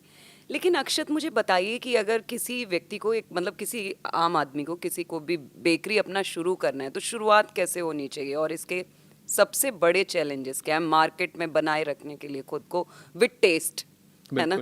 शुरुआत के लिए एक चीज़ सबसे ज़्यादा इम्पॉर्टेंट है, आई थिंक दैट इज़ पैशन. काम करने का अगर पैशन आपके पास है तो आप कुछ भी कर सकते हैं. बिकॉज बेकरी इंडस्ट्री थोड़ी सी चैलेंजिंग इसलिए है बिकॉज प्रोडक्ट बनाना एक अलग स्किल है, प्रोडक्ट बेचना एक अलग स्किल है, एंड कंटिन्यू टू ग्रो करना एक अलग स्किल है. बिकॉज बहुत बार, क्योंकि इट्स अ सीजनल बिजनेस, साल में 7-8-10 महीने इट इज़ वेरी गुड, 2-3 महीने it is average. Because summers में क्या होता है कि बहुत लोग ट्रैवल करते हैं, छुट्टियाँ होती हैं, समर्स में एपेटाइट कम हो जाती है लोगों की, तो लोग कंजम्पशन लोगों की इन एनी केस कम हो जाती है. तो continue to delivering same products, एक अच्छा प्रोडक्ट पूरे साल देना, हाइजीन से देना, हाइजीन सेम टेस्ट भी मेंटेन, सेम टेस्ट भी देना. हाइजीन आज की डेट में hygiene is also a feature, hygiene is also a marketing aspect. कि अगर अच्छे हाइजीन से आप प्रोडक्ट दे रहे हो तो यू विल सेल अलॉट. क्योंकि आप, बिकॉज इतना कॉम्पिटिशन है आज की डेट में मार्केट में, बहुत लोग फॉलो कर रहे हैं, बहुत लोग नहीं फॉलो कर रहे हैं. तो एक हाइजीनिक बेकरी, एक हाइजीनिक फूड डिलीवर करना is a very big I think marketing aspect in any business, in food business particularly. Challenges मैं ऐसा देखता हूँ कि टोटल फूड इंडस्ट्री में टोटल 4 चैलेंजेस हैं. पहला है कंपटीशन. कंपटीशन आज की डेट में आप देखेंगे स्विगी जोमेटो खोल के, there are more than 1000 bakeries you can find easily around your vicinity. Every market you go there are an number of bakeries. हर जगह कुछ 5 बेकरीज हैं, 10 बेकरीज हैं. एंड प्रॉब्लम क्या है कि अब एक मार्केट है, लेट्स से एक कहीं मार्केट है, उस मार्केट के अंदर एक पर्टिकुलर कैपेसिटी है सेल्स की, कि वहाँ पे लेट्स से 10,000 पीपल रोज आते हैं, 15,000 लोग आते हैं. वो 15,000 लोगों की कंजम्पशन टोटल 10 लाख रुपए की है, लेट्स अज्यूम. तो वो 10 बेकरीज ऑलरेडी हैं, they are having their chunk of share, किसी की 10%, किसी की 15%. अब प्रॉब्लम ये है कि नई बेकरी खुलती है तो वो शेयर से ही शेयर से ही दूसरे का चंक खाता है. अच्छा. बिकॉज आज की डेट में हर मार्केट में अलग सेग्रीगेशन है. Nobody wants to travel that far. आप 20 किलोमीटर दूर नहीं जाएंगे कुछ खाने के लिए, बिकॉज इतना ट्रैफिक हो गया मार्केट्स में आज की डेट में. या तो आप स्विगी से मंगा लेंगे, या तो आप आसपास से कहीं से ले लेंगे. फर्स्ट ऑप्शन तो स्विगी ही आता है. फर्स्ट ऑप्शन स्विगी आता है. तो कंपटीशन एक बहुत बड़ा चैलेंज है. Second, USP. मैं ऐसा मानता हूँ कि एक यूनिक सेलिंग प्रोपोजिशन बिजनेस में होना चाहिए। अगर बेकरी के अंदर आपके पास एक ऐसा प्रोडक्ट है, ऐसा यूनिक प्रोडक्ट है, आप उसको 10,000 टाइम्स बेचिए, देन 1,000 प्रोडक्ट 10 बार बेचिए। अब जैसे लेट्स एग्जांपल ले लीजिए मैकडोनल्ड्स का, डोमिनोज का, सबवे का, जितने भी इंटरनेशनल चेन्स हैं सक्सेसफुल क्यों हैं? बिकॉज 20-25 प्रोडक्ट्स हैं, limited products, they are selling at every corner, हर गली में बेच रहे हैं वो। And they are successful because limited products को मैनेज करना आसान है, उसको बेचना आसान है, एंड फॉर कस्टमर्स एक ब्रांड कलेक्शन ईजी है। बिकॉज अब एक आज के डेट में सबसे बड़ी प्रॉब्लम क्या है, आप किसी भी रेस्टोरेंट चले जाइए, एवरी रेस्टोरेंट के अंदर आपको ये मिलेगा कि वो इंडियन भी बेच रहा है, साउथ इंडियन भी बेच रहा है, इटालियन भी बेच रहा है, कॉन्टिनेंटल भी बेच रहा है, jacks of all trades, masters of none, सब कुछ मिल रहा है। तो ये बहुत बड़ी प्रॉब्लम है, क्योंकि people are not getting that taste. तो मैं ऐसा मानता हूँ एक स्पेशलिटी क्यूजीन होना एक बहुत ज़रूरी है फॉर लॉन्ग टर्म बिजनेस। अगर आपको थोड़े टाइम काम करना है, इट्स फाइन, बट जब तक आपका एक स्पेशलिटी क्यूजीन नहीं होगा, कुछ limited number of products and only one segment. अगर इटालियन करना है इटालियन कीजिए, अगर बेकरी करनी है तो सर बेकरी में एक सेगमेंट पकड़िए, उसको आगे चलिए। उससे एक यूएसपी से आई थिंक बिजनेस तो चलेगा अदरवाइज, बट यूएसपी से it will be a sustainable business हमेशा के लिए। 10, 15, 20, 25 साल तक आप बिजनेस इजीली चला सकते हो अगर आपका एक सिंगुलर प्रोडक्ट है, और एक्सपैंड करना भी आसान है। बिकॉज आपको पता है सिर्फ आपको 20-25 प्रोडक्ट्स बनाने हैं, प्रोडक्ट मास्टर प्रोडक्ट्स बनाने हैं, एंड आपका सारा का सारा एफर्ट जाएगा सिर्फ मार्केटिंग में, सेलिंग में, ऑपरेशंस में। प्रोडक्ट में तो फोकस आपका रहेगा ही रहेगा, बट एटलीस्ट लिमिटेड फोकस रहेगा बिकॉज आपका प्रोडक्ट सेट है। तो एक यूएसपी होना बड़ा ज़रूरी है। तीसरी प्रॉब्लम हमारी इंडस्ट्री में जो सबसे बड़ी प्रॉब्लम है, दैट इज इमिटेशन। बिकॉज आज आप कुछ देखते हैं, समवन इज डूइंग, वो फटाफट एवरीवन कम्स कि हम भी करते हैं same cheese, it is successful for him, हम भी सेम चीज़ करते हैं, हम भी सक्सेसफुल हो जाएंगे। तो आप भी ये सब चीज़ें, ये वाले टोटके अपनाते हो? इमिटेशन तो नॉट रियली। अब खुद का स्किल सेट है तो मैं कोशिश करता हूँ कि हम खुद ही चीज़ें डेवलप करें, कुछ डिफरेंट प्रोडक्ट लाएं। बिकॉज अगर एक चीज़ हर जगह अवेलेबल होगी तो ऑब्वियसली उसकी सेल्स भी कम हो जाएंगी। हाँ, और क्या। वायरल ट्रेंड बहुत बार चलता है बीच में, जैसे वॉफल का ट्रेंड चला था, एकदम से इतने वॉफल्स बिकने लग गए, and today if you see I think only 30% of the waffle stores survive करें आज की डेट में। हाँ, पर्सनली मुझे बिल्कुल पसंद नहीं है। Exactly. बहुत ज़्यादा स्वीट होता है उसमें। तो इसी वजह से आई थिंक यूएसपी होना बड़ा ज़रूरी है, और इमिटेशन लोगों को बंद करनी चाहिए। Imitation is a big problem. कोई ब्रांड कहीं कुछ कर रहा है, सक्सेसफुल है उसके लिए, कोई सेम चीज़ इमिटेट करके उसके साथ आउटलेट खोल दिया। अब आपका भी कैसे चलेगा जब सेम चीज़ें बना रहे हो? प्रोडक्ट में फोकस, इनोवेशन लाइए, यूएसपी करिए। हाँ, कुछ यूनिक अपना रखिए, मतलब किसी को कॉपी करने से अच्छा है कि अपना कुछ यूनिकनेस रखिए। बिल्कुल। एंड फोर्थ बिगेस्ट प्रॉब्लम, मैंने आपको पहले भी बताया था, is the labour challenge. Because जैसे मेरे को तो टेक्निकल नो हाउ है, अगर कुछ चेंज करना है, कुछ नया डेवलप करना है, तो I know how to do it, because scientific reasons मुझे पता है, और किस इंग्रेडिएंट का क्या साइंटिफिक रीज़न है before putting in a recipe. तो लेबर डिपेंडेंसी बहुत है कि शेफ्स पे इंटायरली डिपेंडेंट है सारे रेस्टोरेंट ओनर्स, जैसे शेफ ने करा वैसे ही करना है। एंड एट टाइम्स बहुत एट्रिशन होता है, बहुत ज़्यादा लोग स्विच कर जाते हैं बहुत छोटे से पैसों के लिए टू डिफरेंट कंपनीज। बहुत लोग पोच कर देते हैं कि आप हमारे पास आ जाओ। तो वो ये बहुत ज़्यादा लेबर डिपेंडेंसी है, एंड बहुत इसकी वजह से बहुत challenges I think business owners face करते हैं on day to day basis. Competition सबसे बड़ा क्या लगता है आपको बेकरी के बिजनेस में? कंपटीशन मेरे हिसाब से बिजनेसेस के अंदर क्या होने लगा है अब कि होम बेकर्स अपने आउटलेट्स खोल रहे हैं, सारे स्वीट शॉप्स बेकरी सेटअप कर रहे हैं, बट अदरवाइज नहीं हो रहा। पर पता है अक्षत, मैंने देखा ये जो स्वीट शॉप जो बेकरी भी शुरू कर देते हैं ना, उनका बेकरी नहीं मजा आता है उसको खाने में। स्वीट तो उसमें वो भी स्वीट जैसा ही लगता है ना। बेकरी बेकरी होता है, स्वीट शॉप होता है, उसको मिक्स कर देते हैं तो वो दोनों ही चीजों का टेस्ट चला जाता है ना। बिल्कुल बिल्कुल बिल्कुल, पर फिर भी लोग कर रहे हैं। हाँ, फिर भी लोग कर रहे हैं। इंडिया में आप देखोगे हर जगह आई थिंक सारे स्वीट शॉप ओनर्स ने बेकरी सेटअप कर लिया है। मतलब लोगों को लगता है कि अगर हमारा कोई फूड बिजनेस है तो हम केक तो बना के बेच ही लेंगे, जबकि इतना आसान नहीं है केक बेचना, बहुत मुश्किल है ना।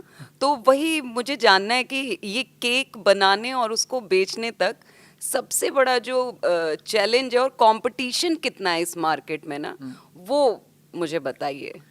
आज की डेट में कंपटीशन तो, पहले कंपटीशन क्या था कि आप एक लोकेलिटी में अवेलेबल हैं, 3-4 किलोमीटर की विसिनिटी के अंदर कुछ ब्रांड्स हैं, तो अब उनसे कम्पीट कर रहे हैं। और क्योंकि अब आप ऑनलाइन भी हैं, अब हम ऑनलाइन तो है, कंपटीशन बहुत ज़्यादा बढ़ जाता है। बिल्कुल ऑनलाइन के अंदर आपको 25 किलोमीटर दूर से कुछ मंगाना है, विद इन 30 मिनट्स आ जाएगा आपके पास, विद इन 1 आवर आ जाएगा आपके पास। तो ऑनलाइन कंपटीशन बहुत बढ़ गया है।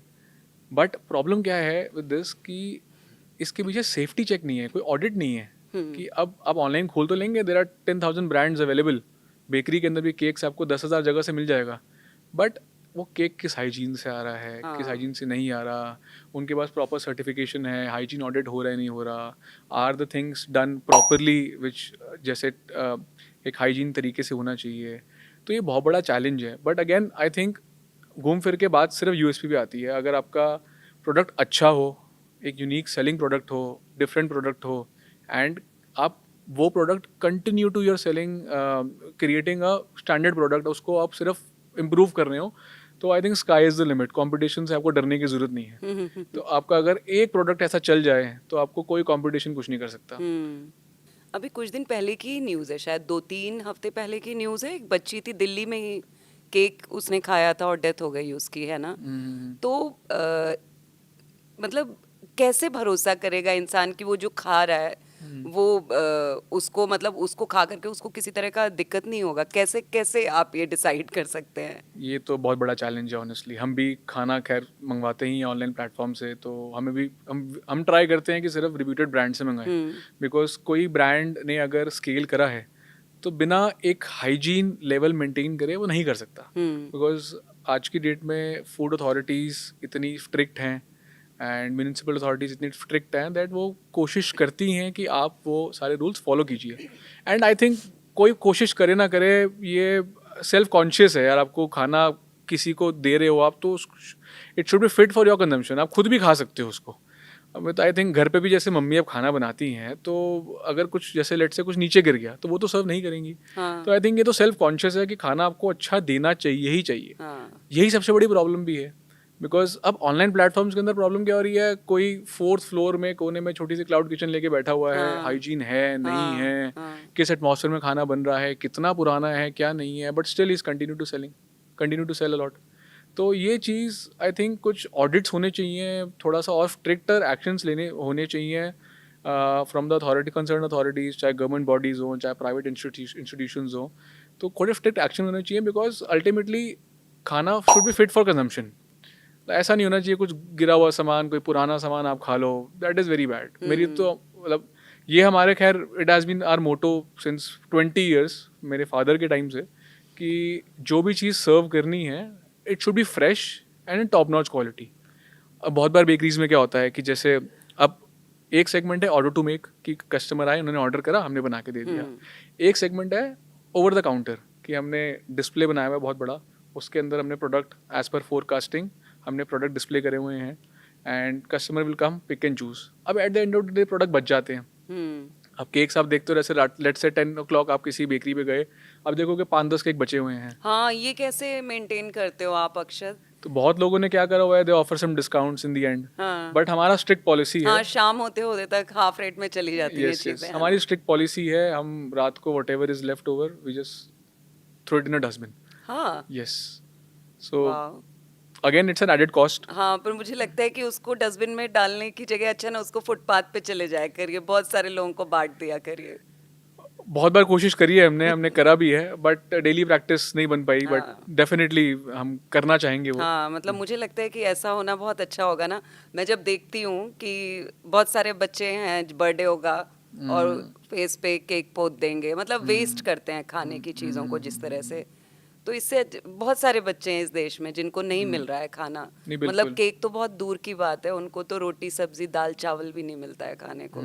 तो उसको फेंकने से और वेस्ट करने से, उसके साथ जैसे बच्चे खेल कूद कर रहे हैं, केक पोत दिया चेहरे पे, हाँ जी, वो करने से अच्छा है कि आप किसी एक ऐसे बच्चे को ना, जिसने केक नहीं खाया है कभी, या वो बेकरी के बाहर खड़ा होकर बस ये सपना देखता है कि मुझे भी केक खाने को मिल नहीं जाए, बिल्कुल बिल्कुल। है ना, तो उस बच्चे को वो केक दे देना चाहिए। मतलब मैं चाहूंगी कि अगर आप उसको फेंकते हैं तो आप प्लीज फुटपाथ पे जाइए और लोगों को दीजिए, उनको बहुत अच्छा लगेगा। डेफिनेटली हम कभी कभी कोशिश तो करते हैं, हाँ, ऑनेस्टली झूठ क्या बिल्कुल। बोलूँ आपको।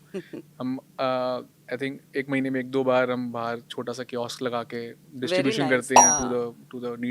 To the needy. हम्म। तो हम कोशिश करते हैं करें, जितना कोशिश कर सकते हैं उतना करें। हाँ हाँ। मैं एक चीज जानना चाहूंगी कि ऐसा कौन सा मौसम होता है पूरा साल भर में, या कौन सा महीना होता है जब आपका सबसे अच्छा सेल होता है? आई थिंक 2 महीने ऐसे हैं, एक one is Diwali, hmm. October या November, and one is December, yes, Christmas, Christmas है सीजन। ना? So it is one of the peak seasons. हाँ आई थिंक सारी इंडस्ट्री में पीक सीजन होता है अक्टूबर में, तो अक्टूबर नवंबर कुछ गिफ्टिंग ट्रेंड बहुत ज़्यादा हो जाता है। हाँ एंड दिसंबर में because of Christmas and new year, हाँ हर किसी के घर में केक कटता है। हाँ सालों से कट रहा है हर किसी के घर में, तो इट हाँ is very busy for us. हाँ even as a matter of fact, मतलब साल में जितने भी फेस्टिवल्स हैं, राखी है, राखी इज कमिंग, राखी है, हाँ न्यू ईयर है, क्रिसमस है, होली है, तो हमने फेस्टिवल्स तो शायद देखे नहीं आज तक जिंदगी हाँ में। हम तो सिर्फ काम पे ही थे फेस्टिवल्स पे, because it is very busy for us. हाँ। कोई बैक एंड में था, कभी कोई फ्रंट एंड में था, तो festival season restaurants, food businesses के लिए वैसे ही बड़ा बिजी होता है। और मुझे लगता है कि अभी पिछले कुछ सालों से ना शादियों में, सगाई में, मतलब हर छोटी बड़ी खुशी में केक तो शामिल होता ही होता बिल्कुल है ना? तो पिछले कुछ सालों में शायद ये वाला जो सीजन होता है शादियों वाला, फरवरी मार्च, है ना, उसमें भी अच्छा खासा सेल होता होगा। बिल्कुल बिल्कुल, अक्टूबर से सीजन स्टार्ट होता है वेडिंग्स का। हाँ सो एक सेगमेंट है हमारा, हाँ जिसके अंदर हम गिफ्टिंग करते हैं। काफ़ी हमने उसको अभी ग्रो करा है हाल फिलहाल में। तो अक्टूबर से लेकर मार्च तक, जब तक वेडिंग्स होती हैं, तो केक्स का बहुत सीज़न होता है, हाँ। बिकॉज एनिवर्सरीज होंगी, अगर शादी होंगी तो एनिवर्सरीज होंगी नेक्स्ट ईयर ऑनवर्ड्स। हम्म। तो उस टाइम बहुत डिमांड होती है। देन लोग अपने गिव अवेज के लिए लेते हैं, वेडिंग में, सगन में गिव अवेज के लिए हैम्पर्स लेते हैं हमसे। तो ये 6 महीने तो वेरी बहुत बिजी होते हैं, एंड बिल्कुल लीन टाइम होता है, like May and June, because appetite लोगों की कम हो जाती है, एंड पीपल ट्रैवल अलॉट, बाहर घूमने चले जाते हैं, बच्चे की छुट्टी होती है वो भी घूमने चले जाते हैं। तो समर्स थोड़ा सा लीन होता है, but usually winters and this rainy season काफ़ी पीक होता है। आपके पास बेकरी है, आपको देख के लगता नहीं है कि आप स्वीट खाते होंगे, काफी मेंटेन किया हुआ है आपने अपने आप को ना। तो स्वीट खाते हैं, आप नहीं खाते हैं? प्रॉबेबली दस या पंद्रह बस दिन में एक दूसरों को बार। खिलाते हैं इतना सारा आपको पता स्वीट? है, मतलब ये पुरानी कहावत है कि हलवाई अपनी मिठाई कभी खुद नहीं खाता। हालांकि हम हलवाई नहीं है, तो इतने सालों से बना के देख करके मन नहीं करता खाने का। अब आप घर पे आपकी मम्मी जैसे खाना बनाती है, तो बिना टेस्ट करे बोलेंगे खाना अच्छा बना है। हाँ तो सेम विद अस कि अब रोज नहीं टेस्ट कर सकते, नहीं खाया जाता रोज। बिल्कुल, वो तो है ही। रोज आप सेम चीज देख रहे हो बनती हुई, तो आपने एक बार टेस्ट कर लिया, और प्रोडक्ट्स इतने सारे हैं कि उसकी अगली बारी शायद 6 महीने बाद आएगी टेस्ट करने की। तो हर रोज नहीं खाया जाता। तो आपका सबसे ज्यादा कौन सा चीज है जो सबसे ज्यादा लोगों को पसंद आता है, हम- ताकि लोग जाएं आपकी बेकरी पे तो जरूर वो ट्राई करें, है ना? हमारे एक तो चीज केक्स बहुत हॉट सेलिंग है। वाह, एंड चीज केक मुझे भी बहुत ज्यादा पसंद है। हम चीज़ केक्स तब से बना रहे हैं जब लोगों को चीज़ केक पता ही नहीं था। हम्म 2015 जब मैं लंदन से आया था, तो अगेन जब चैलेंज मैंने आपको बताया कि हम बना के बेचने तो लगे, लोगों को पता ही नहीं था। हम्म बिकॉज एक इंस्पिरेशनल बाइंग आज है, पहले उस टाइम नहीं थी। हम्म उस लोगों को पता नहीं था, तो अब लोगों को नहीं पता तो लोग खाते नहीं थे। हम्म। आज की डेट में अब क्योंकि अवेलेबिलिटी ज़्यादा है, तो people know about it, social media के अंदर ज़्यादा मार्केटिंग है, प्रेजेंस है, तो इसी वजह से डिमांड बहुत ज़्यादा है। मुझे लगता है चीज केक के साथ सबसे अच्छी चीज ये भी होती है ना कि उसमें स्वीट, पता नहीं अब उसमें स्वीट की मात्रा कितनी होती है मीठे की, लेकिन उसमें स्वीटनेस थोड़ी सी कम लगती है बाकी केक्स के एक्चुअली कंपैरिजन। डेजर्ट्स में चीज़ केक आई थिंक सबसे हेल्दी है। हाँ वाई अच्छा। वाई बिकॉज एक तो शुगर थोड़ी कम है, हम्म एंड मैदा काफ़ी कम है, फ्लावर बहुत कम होता है एज कम्पेयर हाँ टू अदर डेजर्ट्स। हाँ, शायद वो बस नीचे वाला बेस ही होता खाली है बेस ना? ही होता है जो हाँ, ऊपर बिस्किट तो बेस सारा होता है। आपको चीज है। हाँ जी, तो बिस्किट बेस भी हम जो बनाते हैं, we make it with whole wheat, हाँ एंड बिस्किट बेस के अंदर थोड़ा मैदा है, but otherwise it is all चीज़ जिसके अंदर थोड़ा सा प्रोटीन होता है। बट अदरवाइज शुगर तो काफ़ी कम है as compare to other desserts. तो क्या मुझे एक चीज बताओ, आपके क्या सचमुच शुगर फ्री होता है? बिल्कुल होता है। Actually sugar free is sucrose extracted from fruits, hmm from plants. Hmm तो प्रॉपर्टीज़ बहुत डिफरेंट है, टेस्ट हालांकि सिमिलर आ जाता है, प्रॉपर्टीज़ बहुत डिफरेंट है। बिकॉज शुगर हमें पता है, मतलब बोलना तो नहीं चाहिए, इट्स अ साइलेंट किलर। हम्म तो sugar free definitely is better than the normal sugar. आज की डेट में और भी ऑल्टरनेटिव्स हैं, जैसे जैगरी है, हाँ कोकोनट शुगर है, हम्म डेट शुगर है। डेफिनेटली ये जो हम नॉर्मल घर पे शुगर कंज्यूम करते हैं उनसे बेटर है। एंड आई थिंक अगर अच्छी ब्रांडेड आप शुगर फ्री यूज़ करेंगे, स्टीविया, तो I think it is good.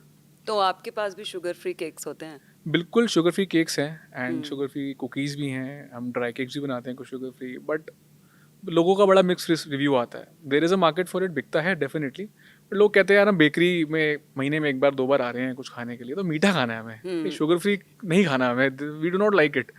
तो again sales are there, but majority लोगों को तो सिर्फ नॉर्मल जो विद चीनी चीज़ें हैं वो पसंद है। हाँ, और शुगर फ्री में ना शुगर बहुत ज़्यादा लग रहा होता है ना, बहुत ज़्यादा, पूरा पूरा मुंह में भर जाता है शुगर, उसको शुगर फ्री खाने में। ऐसे तो नॉर्मली आप स्वीट, कोई भी स्वीट खा रहे हैं और अगर वो शुगर फ्री नहीं है तो उसमें टेस्ट भी आता है, एक फ्लेवर भी आता है, और शुगर का जो मीठापन होता है वो भी होता है। लेकिन जो शुगर फ्री होता है उसमें सिर्फ मीठापन होता है, फ्लेवर नहीं होता है कोई, है ना?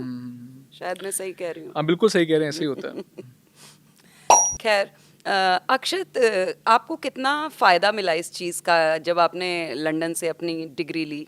और कितना, मतलब आपको ऐसा लगा कि इस डिग्री की बहुत ज़रूरत थी और आपने और बेटर अपने पापा के बिजनेस को और बेटर किया?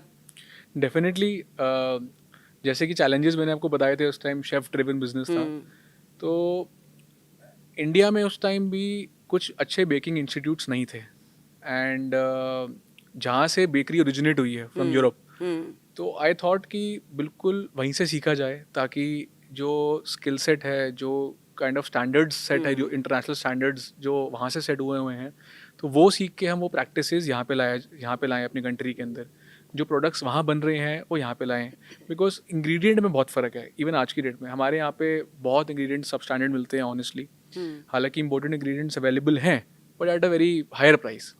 तो वो स्टैंडर्ड्स सीखने के लिए I think it was one of the best decisions. अब आज की डेट में इंस्टीट्यूट्स और खुल गए हैं काफ़ी, बट मेरा एक ये भी प्लान है, आपसे मैं प्लान भी शेयर कर देता हूँ। हाँ, बिल्कुल बिल्कुल। तो अभी रिसेंटली हमने एक नई फैसिलिटी बनाई है, उसके अंदर हमने एक छोटा यूनिट बनाया है जिसके अंदर हम एक बेकिंग स्कूल भी खोल रहे हैं। क्या बात है, बहुत बढ़िया। बिकॉज मेरे को ऐसा लगता है एज अ बेकर मेरी रिस्पॉन्सिबिलिटी है कि जो मेरा पिछले इतने सालों का एक्सपीरियंस है, जो टेक्निकल लर्निंग है, I should share it with the people. And हर कोई बाहर नहीं जा सकता, हाँ। हर कोई ट्रैवल नहीं कर सकता, जा भी सकता है तो हर कोई इतना टाइम नहीं रुक सकता। तो मेरा ये नेक्स्ट प्लान ये है कि एक छोटा बेकिंग इंस्टीट्यूट बनाएंगे हम, जिसके अंदर हम स्कूल किड्स को, कॉलेज किड्स को, होम बेकर्स को एक फॉर्मल ट्रेनिंग देंगे कि किस स्टैंडर्ड से कैसे काम होता है, क्या हाइजीन प्रैक्टिसेस होती हैं, क्या फूड सेफ्टी लॉज है विच नीड टू फॉलो, क्या रेसिपी है which you should be following on a daily basis, क्योंकि बहुत बार लोग रेसिपीज़ नहीं फॉलो करते एंड प्रोडक्ट कंसिस्टेंसी नहीं फॉलो होती, कैसे बिजनेस की फूड कॉस्टिंग करते हैं, कैसे बिजनेस बनाते हैं। सो ये मैं कोर्सेज स्टार्ट करेंगे हाल फिलहाल में। So nice. मैं, आप मुझे ये बता रहे हो और मेरे दिमाग में चल रहा है कि वो ठीक है, मैं भी ज्वाइन करूंगी ये वाला कॉलेज स्कूल जो भी है। Nice nice.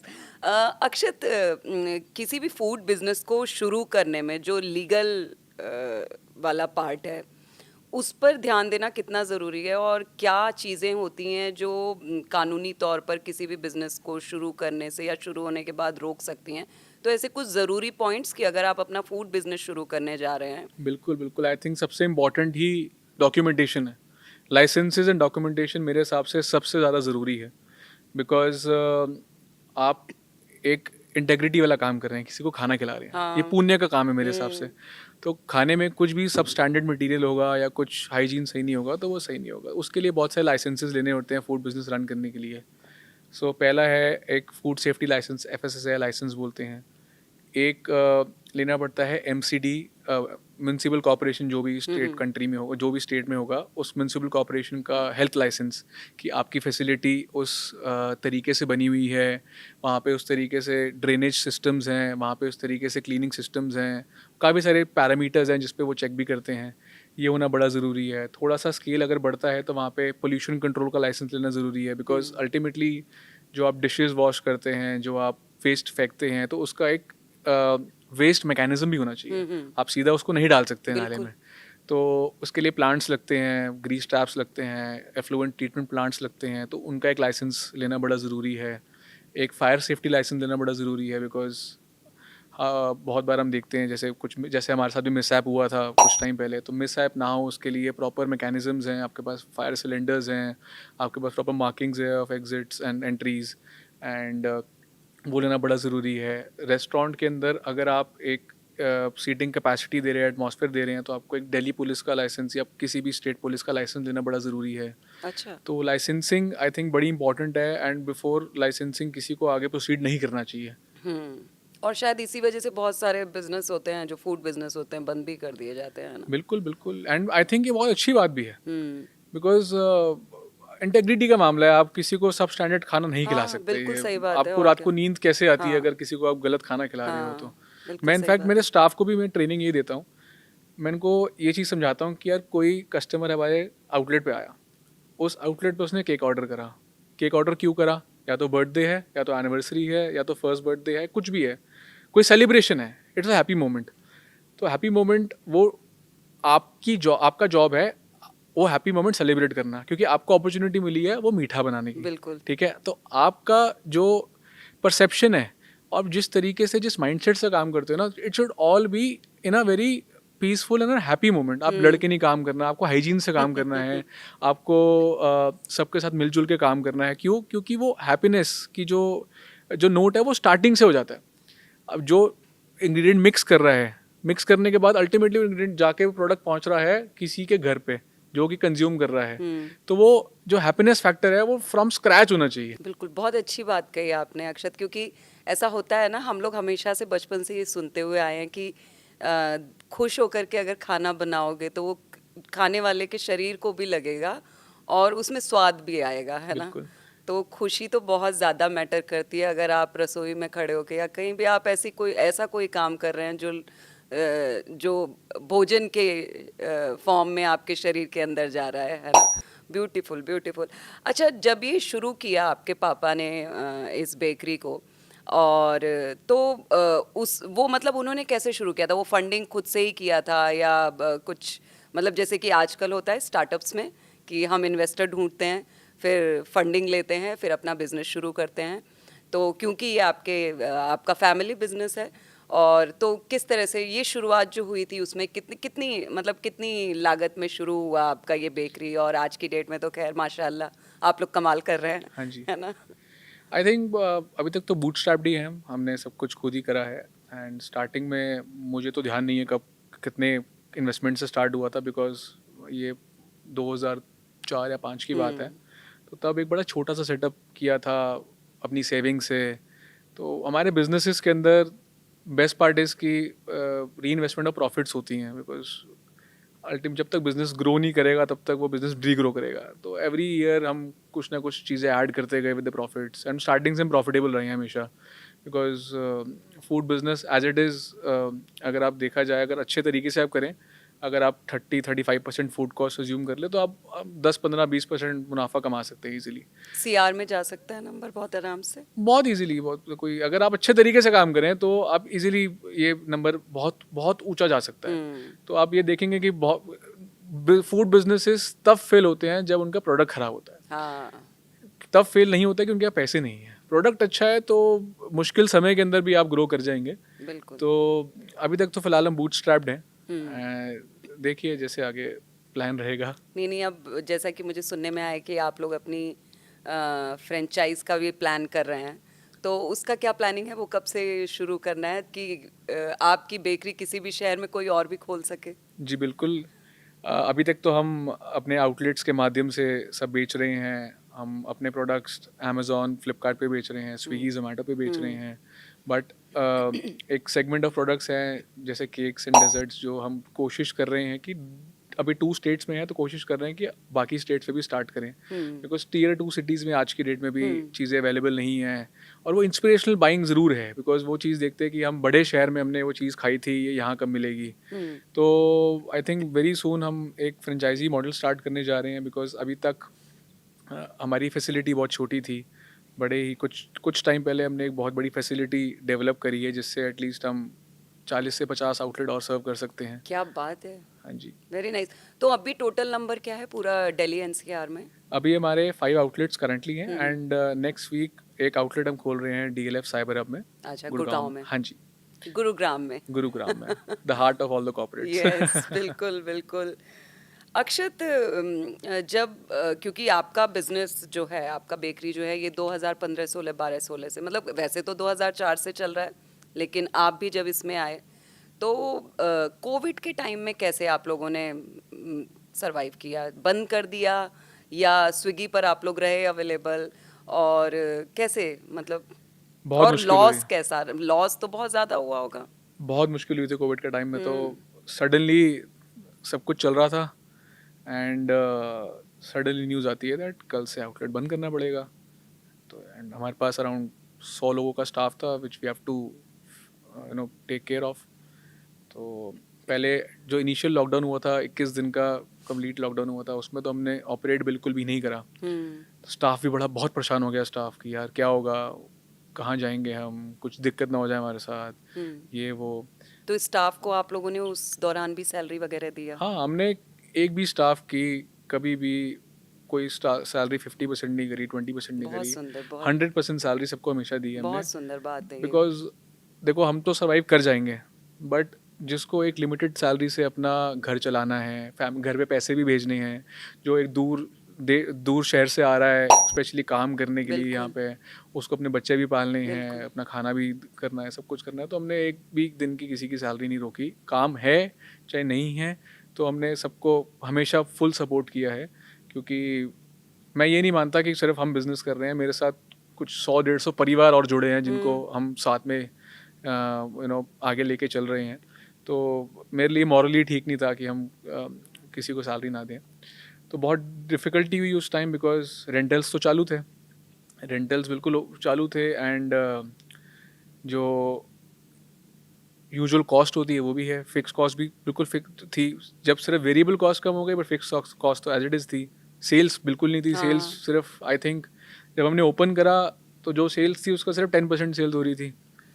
एंड हालांकि हम ऑनलाइन बेच भी रहे थे उस टाइम, अच्छा, बट प्रॉब्लम क्या थी, कोई ऑनलाइन मंगा ही नहीं रहा था। कोई नहीं मंगा रहा था ना। हमने भी हाँ। शायद 2020 में पूरे साल मार्च से लेकर दिसंबर तक बाहर का खाना ही नहीं खाया था, बिकॉज स्टार्टिंग में तो वैसे ही लॉकडाउन था। उसके बाद जब सब कुछ स्टार्ट हुआ तो पता लगा कि जी अब खाने के अंदर भी कोविड आ सकता है, पैकेट में भी आ हाँ सकता है। हाँ। तो बहुत चैलेंज हुआ, सामान बिकना कम हो गया। तो काफ़ी चैलेंजिंग था वो 1 डेढ़ 2 साल, बट हमने बहुत कोशिश करके, मेहनत करके, डटे रह के बाउंस बैक करा, एंड अच्छे से बाउंस बैक करा। अच्छा, तो कितना वक्त लगा फिर से ट्रैक पर आने में कोविड के बाद? आई थिंक 2022 स्टार्टिंग, 2021 एंड या 22 स्टार्टिंग में things are back to normal. तो जैसे ही नॉर्मल हुआ, फिर हमने एक नया आउटलेट खोला with in 3-4 months he, because चीज़ें नॉर्मल हो गई थी, एंड लोगों ने बाहर खाना स्टार्ट कर दिया था, लोग निकलना स्टार्ट कर गए थे, थोड़े मास्क कम हो गए थे। जब आई थिंक वैक्सीन जब से लगना स्टार्ट हुई तब से सब कुछ नॉर्मल हो गया था। बिल्कुल। आपको क्या लगता है अक्षत कि क्योंकि जैसे हम लोग कोविड जैसा एक इतनी बड़ी महामारी देख चुके हैं हम, है ना, मतलब पूरी दुनिया रुक गई एक तरह से, है ना, कहीं कुछ भी नहीं हो रहा है, हर इंसान परेशान है, किसी को नहीं पता कि कल क्या होगा, सब कुछ खत्म हो जाएगा, है ना। तो क्या आपको नहीं लगता कि हर बिजनेस को या हर व्यक्ति को बहुत ज़्यादा ज़रूरी है कि अगर इन फ्यूचर फिर इस तरह की कोई चीज़ आती है और सब कुछ शट डाउन हो जाता है, तो उसके लिए खुद को प्रिपेयर रखना? बिल्कुल, आई थिंक है एक ना? कंटिजेंसी प्लान होना बड़ा ज़रूरी है, हाँ बिकॉज कोविड ने ये तो सिखा दिया कि कभी भी कुछ भी हो सकता है। हाँ। तो मैं ऐसा ये मानता हूँ कि कभी भी किसी भी चीज़ में ओवरबोर्ड नहीं जाना चाहिए। आज की डेट में बहुत लोग माइनस नेगेटिव जाके बहुत लोग एक्सपैंड करने की कोशिश करते हैं, and one fine day they flop. तो आई थिंक ग्रो करो, ऑर्गेनिकली ग्रो करना चाहिए, सो दैट जितने आपके प्रॉफिट्स हैं, जितनी आपकी सेविंग्स है, उससे आप सस्टेन कर जाओ, अपने लिए नहीं बट आपके लाइवलीहुड के लिए, स्टेक होल्डर्स के लिए, आपके साथ आसपास इतनी फैमिलीज़ हैं, आपके एम्प्लॉयज़ हैं, उन लोगों के लिए आप कुछ भी कुछ गलत होता है एटलीस्ट उनके लिए आप सर्वाइव कर जाओ। तो ओवरबोर्ड मेरे हिसाब से बिल्कुल नहीं जाना चाहिए, ऑर्गेनिकली ग्रो करो। Definitely that is a way of growing, and funding is a way of growing, but not at the cost of your business. आप अगर आपको ग्रोथ पैटर्न दिख रहा है, अगर आपको प्रॉफिट्स दिख रहे हैं, अगर आपको मार्केट ग्रोथ दिख रही है अपनी इंडस्ट्री के अंदर, उसी हिसाब से ग्रो करना चाहिए। बिकॉज अगर एक दिन इफ एवरीथिंग फेल्स, सो आप कंप्लीटली शट डाउन हो जाओगे। बिल्कुल। आपको कब लगा अक्षत कि ऑनलाइन आ जाना चाहिए ऑफलाइन के साथ साथ?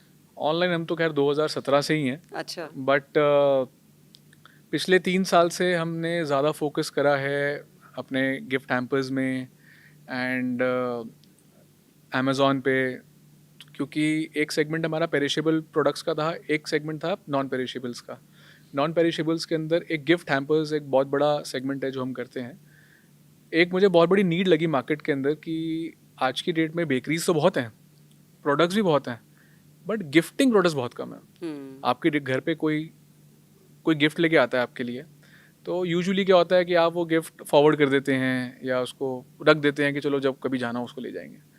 तो हमने ये नीड देखी कि गिफ्टिंग, बेकरी गिफ्टिंग ना बहुत अभी लैक कर रही है एक अच्छे हाई क्लास प्रोडक्ट के साथ। तो हमने ये कोशिश करी कि हम ऐसा प्रोडक्ट बनाएं which is visually appealing for all the age groups, बच्चों के लिए, बड़ों के लिए, मिडिल एज के लिए। तो जब से हम गिफ्टिंग में आए हमने एक वर्ल्ड क्लास पैकेजिंग क्रिएट करी फॉर ऑल द प्रोडक्ट्स। जब से वो क्रिएट करा हमने उसको Amazon, Flipkart, B2B through FMCG channels हर जगह बेचना स्टार्ट करा। तब से हमारा ऑनलाइन प्रेजेंस बहुत ज़्यादा स्ट्रॉन्ग हो गया। एंड ऑनलाइन आज की डेट में तो आई थिंक सबसे बड़ी नीड भी है, बिकॉज अगर आप, मैं अपनी बात ही करूँ, वाइफ मुझे कभी फ़ोन करती है कि यार आते हुए अक्षित यहाँ से ये लेते आना, मैं गाड़ी में बैठे शायद क्विक कॉमर्स से ऑर्डर करता हूँ और घर पहुँचने से पहले सामान पहुँच जाता है। तो आज की डेट में तो बहुत ज़रूरी है ऑनलाइन प्रेजेंस, बिल्कुल चाहे प्रॉफिट हो चाहे ना हो, बट ब्रांडिंग के लिए बहुत ज़रूरी है ऑनलाइन प्रेजेंस। बिल्कुल बिल्कुल। ये B2B और B2C जो है, इनके मेन चैलेंजेस क्या हैं, जो अगर आप इस धंधे में उतर रहे हैं, मतलब कोई भी, चाहे वो बेकरी का धंधा हो, चाहे वो रेस्टोरेंट हो, चाहे वो कपड़े की दुकान हो, कुछ भी हो, तो B2B और B2C जो आबादी है उसके चैलेंजेस क्या हैं और उसके लिए वो खुद को कैसे प्रिपेयर रखे? बिल्कुल। B2B which means business to business. तो आप जैसे फूड बिजनेस के अंदर HoReCa segment, hotels, restaurants and बाकी इंस्टीट्यूट्स को आप सप्लाई करते हैं। एंड B2C मतलब डायरेक्ट आप कस्टमर को बेच रहे हैं। तो B2B के अंदर सबसे बड़ा चैलेंज ये है कि B2B जो कस्टमर्स हैं फूड इंडस्ट्री के अंदर, जिसका काम ग्रो करता है वो B2B काम प्रोडक्ट प्रयोग करना बंद कर देता है, बिकॉज वो खुद उसके बाद टेक्निकल नुआ हो जाता है। B2B के अंदर सबसे बड़ा चैलेंज पेमेंट्स का है, बिकॉज पेमेंट साइकिल्स बढ़ जाती हैं एंड अल्टीमेटली बिजनेस वही सक्सेसफुल है जिसका कैश फ्लो सही है। B2C के अंदर सबसे बड़े बिगेस्ट चैलेंज है कस्टमर्स, बिकॉज कंपटीशन इतना है that you need to have that USP to sell that product everywhere, sell that product differently, सबसे अलग प्रोडक्ट बेचना। तो B2B काम करना आई थिंक बेटर भी है, क्योंकि आपको एक कस्टमर से आई थिंक 100 कस्टमर्स की सेल मिल जाती है। अब B2C के अंदर आपको 100 कस्टमर्स टैप करने पड़ते हैं, तब जाके आपको एक वॉल्यूम मिलता है।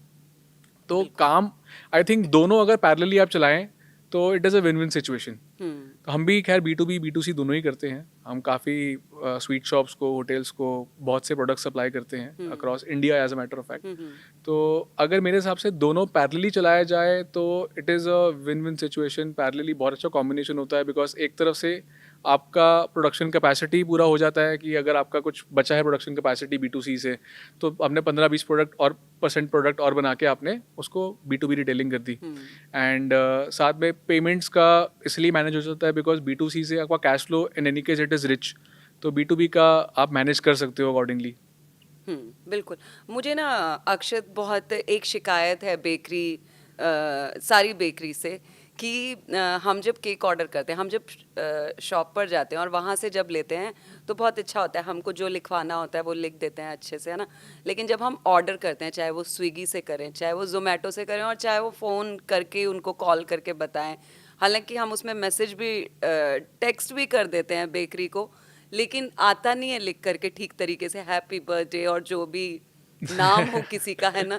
तो वो चीज़ बहुत ज़रूरी है सारे बेकरी वालों आई को थिंक इम्प्रूव करने की, है ना। सबको फॉलो करना चाहिए, बिल्कुल, बिकॉज है ना। एक सेलिब्रेशन के लिए बंदा केक हाँ, मंगाता है कोई भी, तो और वो फिर वो क्या करेंगे, मोस्टली वो प्लास्टिक वाला हैप्पी बर्थडे टू यू वो उस पे लगा के केक पर दे देंगे, जो कि मज़ा नहीं आता उसमें। वो क्रीम से जब उस पे लिखा होता है ना हैप्पी बर्थडे टू यू और विद नेम, तो अच्छा लगता है, यस डेफिनेटली है ना। तो जो ऑनलाइन हम जब केक लेते हैं तो उसमें ये बहुत खराब चीज रहता है। आप कैसे करते हो इस चीज को? आप भी ऐसे ही प्लास्टिक वाला वो हैप्पी बर्थडे टू यू लगा के भेज देते हो? नहीं नहीं, हमारा तो एक प्रॉपर प्रोटोकॉल है, स्टैंडर्ड है दैट जो आप प्रोडक्ट आउटलेट पे देखते हैं वही प्रोडक्ट आपको ऑनलाइन मिलेगा, बिकॉज वहीं से जा रहा है वो। हाँ। कोई अलग किचन नहीं है उसकी, कोई अलग प्रोडक्शन नहीं है उसकी, प्रोडक्ट भी सेम है। तो जो स्टैंडर्ड हमारा आउटलेट लेवल पे रहता है कि प्रोडक्ट ऐसे सर्व होना है, इस टेम्परेचर पे सर्व होना है, इस पैकेजिंग के साथ होना है, ये एक्सेसरी साथ में जाएंगी, तो वो एक स्टैंडर्ड सेट है अक्रॉस ऑल द आउटलेट्स।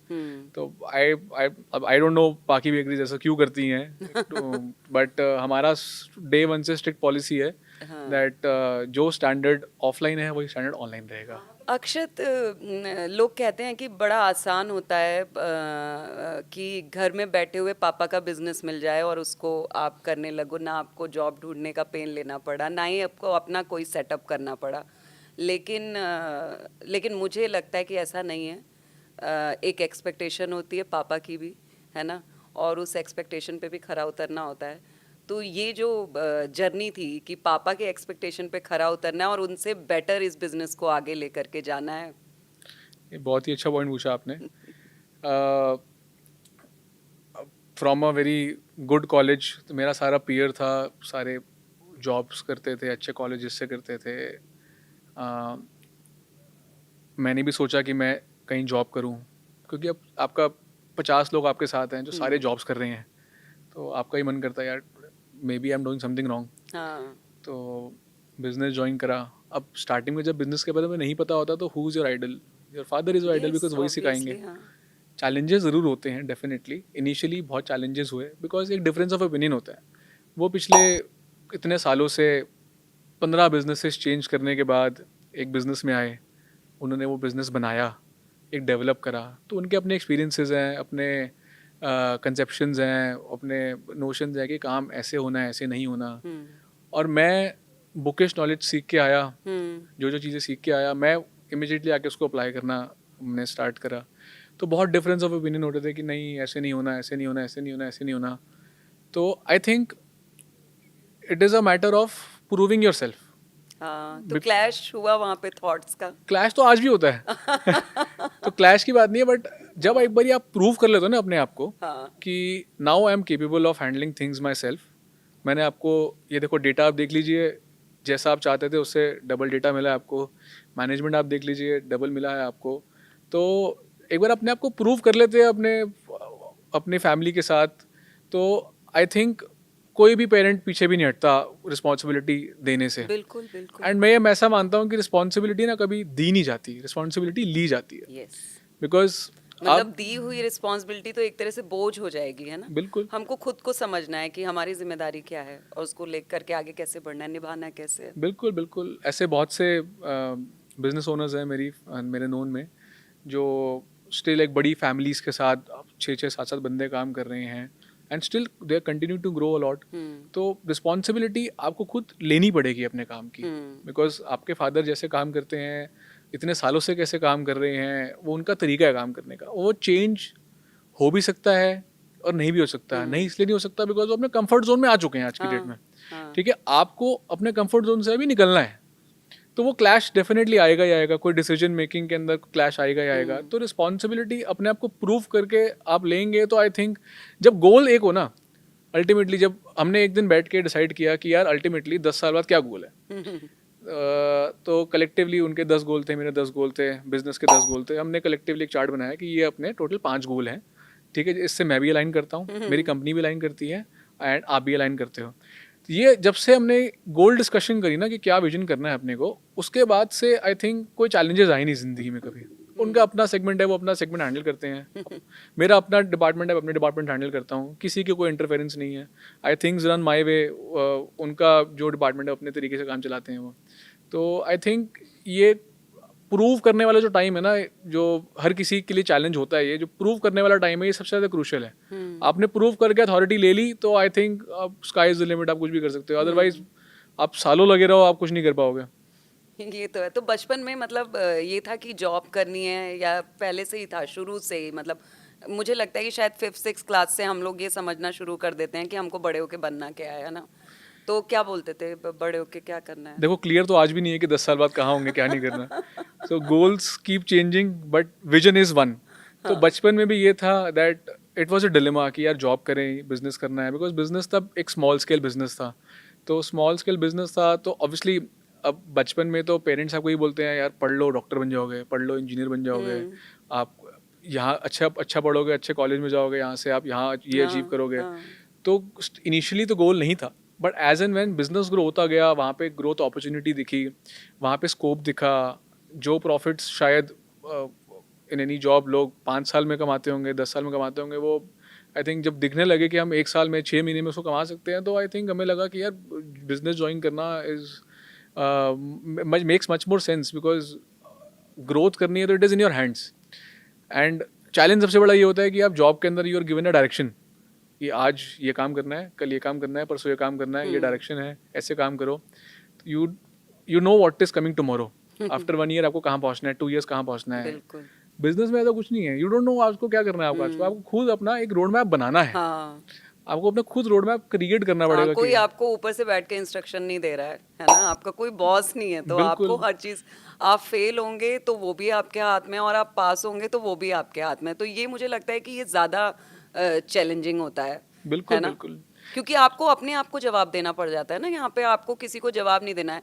अगर आप कहीं जॉब कर रहे हैं, नौकरी कर रहे हैं, तो आप कुछ आपके काम से किसी तरह का नुकसान हुआ या फायदा हुआ तो कंपनी को होगा, आपको नहीं होगा। लेकिन यहाँ पर सीधे सीधे नुकसान और फायदा आपको मिलने वाला है ना? बिल्कुल बिल्कुल आप सही कह रहे हैं बिल्कुल। अक्षत, जब हमको ऑनलाइन आना है, चाहे वो स्विगी हो चाहे वो जोमेटो हो, और कोई भी फूड बिजनेस है, जब वो ऑनलाइन आना चाहता है तो वो पूरा प्रोसेस क्या है, स्टेप बाय स्टेप? आज की डेट में बहुत इजी प्रोसेस है। हाँ। अगर आपके पास जो 5-6 पैरामीटर्स है, लाइसेंसिंग पूरी है, आपके पास जीएसटी नंबर आपके पास है, आपका एक रनिंग लोकेशन है ऑफलाइन या ऑनलाइन, हम्म। तो आपको कुछ नहीं करना। You just have to approach them. उनकी वेबसाइट है, वहाँ पे आप ईमेल डालिए, एक लिस्ट ऑफ डॉक्यूमेंट्स आपसे मांगेंगे, आपसे मेन्यू मांगेंगे डिजिटल फॉर्मेट में, फोटोग्राफी मांगेंगे आपकी, and I think within 1 week आप ऑनबोर्ड हो जाएंगे and you can start selling. हम्म।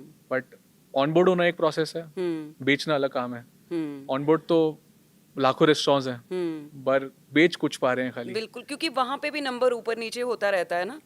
तो वो किस हिसाब से होता है? स्विगी या जोमेटो पे जब हम जाते हैं, कभी कभी कुछ ऊपर दिख रहा है, कुछ बिल्कुल। नहीं, वो किस हिसाब, तो वो सेल के हिसाब से होता है या पार्टनरशिप या स्पॉन्सर्ड है या जैसे भी है? बहुत सारी चीज़ें हैं उसके अंदर।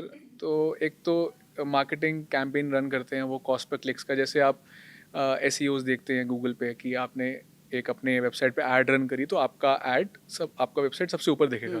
सिमिलरली विद स्विगी जोमेटो ऐसा ही होता है कि आपने अगर एक कैंपेन रन करा, तो आपका जो लिस्टिंग है वो उस विसिनिटी में, उस एज ग्रुप के अंदर सबसे ऊपर दिखेगा, उस कैटेगरी में सबसे ऊपर दिखेगा।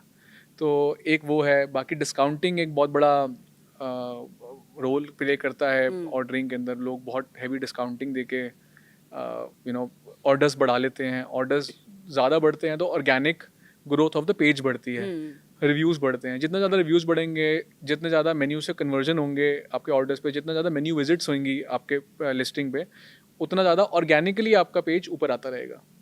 आपको क्या लगता है अक्षत कि किसी भी फूड बिजनेस के आगे बढ़ने में सबसे बड़ी भूमिका किस चीज़ की होती है? कि लोगों ने आपके मतलब आपके प्रोडक्ट को ट्राई किया और फिर लोगों को बताया कि ये तो बहुत अच्छा है, प्लीज़ इसको ऑर्डर करो, या फिर आपने एड्स लगाए सोशल मीडिया पे, इंस्टाग्राम पे, बहुत सारी जगहों पे ऐसे बेचा, या फिर और कोई तरीका? तो क्या क्या सबसे ज़्यादा सही तरीका क्या है अपने प्रोडक्ट को ऑनलाइन बेचने का या ऑफलाइन बेचने का? देखो सेल्स ग्रो करने के 2 तरीके हैं, ऑर्गेनिक, इनऑर्गेनिक।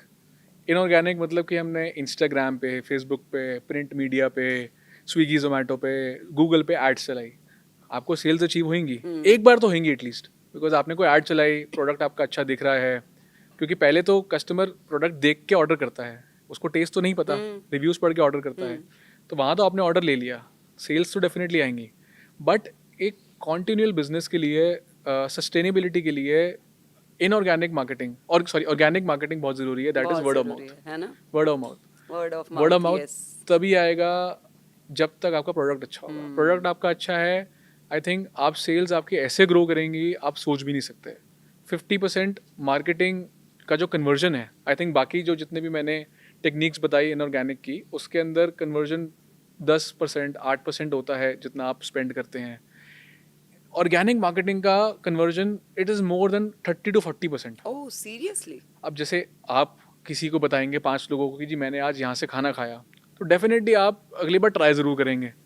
ऑन द कॉन्ट्री आपको सेम चीज़ अगर एक कोई प्लेटफॉर्म पे दिखी तो माइंड से स्किप हो जाता है कि यार चलो नेक्स्ट टाइम कभी जाएंगे, देखेंगे, प्लान करेंगे, ट्राई करेंगे. बट कोई अपना रिव्यू आपसे शेयर कर रहा है, एक कनेक्शन से शेयर कर रहा है कि आई लाइक इट, तो आपको भी पसंद आएगा. तो एक वर्ड ऑफ माउथ से बहुत अच्छी लॉयल्टी भी बनती है एंड सेल्स भी डेफिनेटली एक बहुत लॉन्गर ड्यूरेशन के लिए ग्रो करती हैं.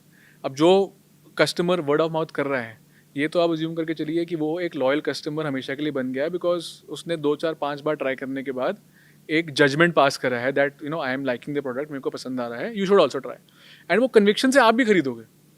बिल्कुल बिल्कुल. तो इनऑर्गेनिक तो चलना ही चाहिए, बट मेजर फोकस रहना चाहिए ऑर्गेनिक ग्रोथ में. आपके केक को अगर बैंगलोर में बैठा हुआ कोई व्यक्ति खाना चाहता है, या मुंबई में या फिर पुणे में, तो कैसे खाएगा? देखिए दिल्ली अभी से मंगवा करके? दिल्ली से इसके अभी लिए आपने कोई जुगाड़ निकाला है? अभी एक सेगमेंट है हमारा नॉन पेरिशेबल प्रोडक्ट्स का, जिसमें हम dry cakes, dry tea cakes, काफ़ी फ्यूजन फ्लेवर्स करते हैं उसके अंदर. तो वो तो डेफिनेटली उसकी शेल्फ लाइफ बहुत लंबी है, तो वो तो हम ट्रांसपोर्ट करते हैं, कोरियर करते हैं एंड बाकी प्लेटफॉर्म से भी बेचते हैं उसको. आइसिंग केक्स फिलहाल हम हाँ, आइसिंग केक्स तो पॉसिबल ही नहीं है, बेच है रहे ना? उसको, हाँ, वो तो बिकॉज पॉसिबल ही नहीं है. बहुत डेलिकेट है, हाँ. टेम्परेचर डेलिकेट है, तो वो थोड़ा सा चैलेंजिंग है अभी. हाँ.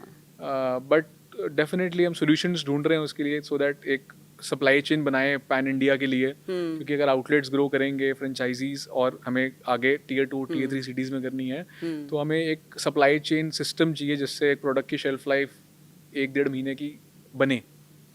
अक्षत, बहुत ज़रूरी हो जाता है कि जब आप फ्रेंचाइज में घुस रहे हैं, तो आप अपने टेस्ट को, जो आपका टेस्ट आपके मेन आउटलेट पे है, उस टेस्ट को मेंटेन रखना हर जगह, वो कैसे कर पाएंगे आप? हमने सेंट्रल किचन इसीलिए बनाई थी कि तो आपकी अपनी अपनी खुद की रेसिपीज हैं, यस है ना? तो वो किसी के साथ शेयर नहीं करना किसी है के ना? साथ शेयर नहीं होती रेसिपीज. बिल्कुल. आज की डेट में भी no matter the amount of order, the quantity of order, कुछ चीज़ें ऐसी हैं जिसकी फॉर्मुलेशन मैं खुद करके देता हूँ. ओह, तो वो आपके यहाँ जो शेफ हैं उनको पता भी नहीं है? नहीं पता उनको. ओह, वेरी नाइस. कुछ कुछ चीज़ों की फॉर्मुलेशन मैं कभी जैसे ऑफिस में साइड में जाके या अपने टेस्ट किचन में एक फॉर्मुलेशन करके उनको दे दिया, उनको नहीं पता लगता क्या, क्योंकि अल्टीमेटली बेकरी में क्या है, it is all about ingredients, the quantity of ingredients. Because science में, बेकरी साइंस के अंदर अगर 2 ग्राम ऊपर नीचे हो गया तो it can change the flavour a lot. तो कुछ चीज़ें अभी भी ऐसी हैं after such a huge scale कि हम अभी भी उसको खुद मिक्स करके मैं देता हूँ.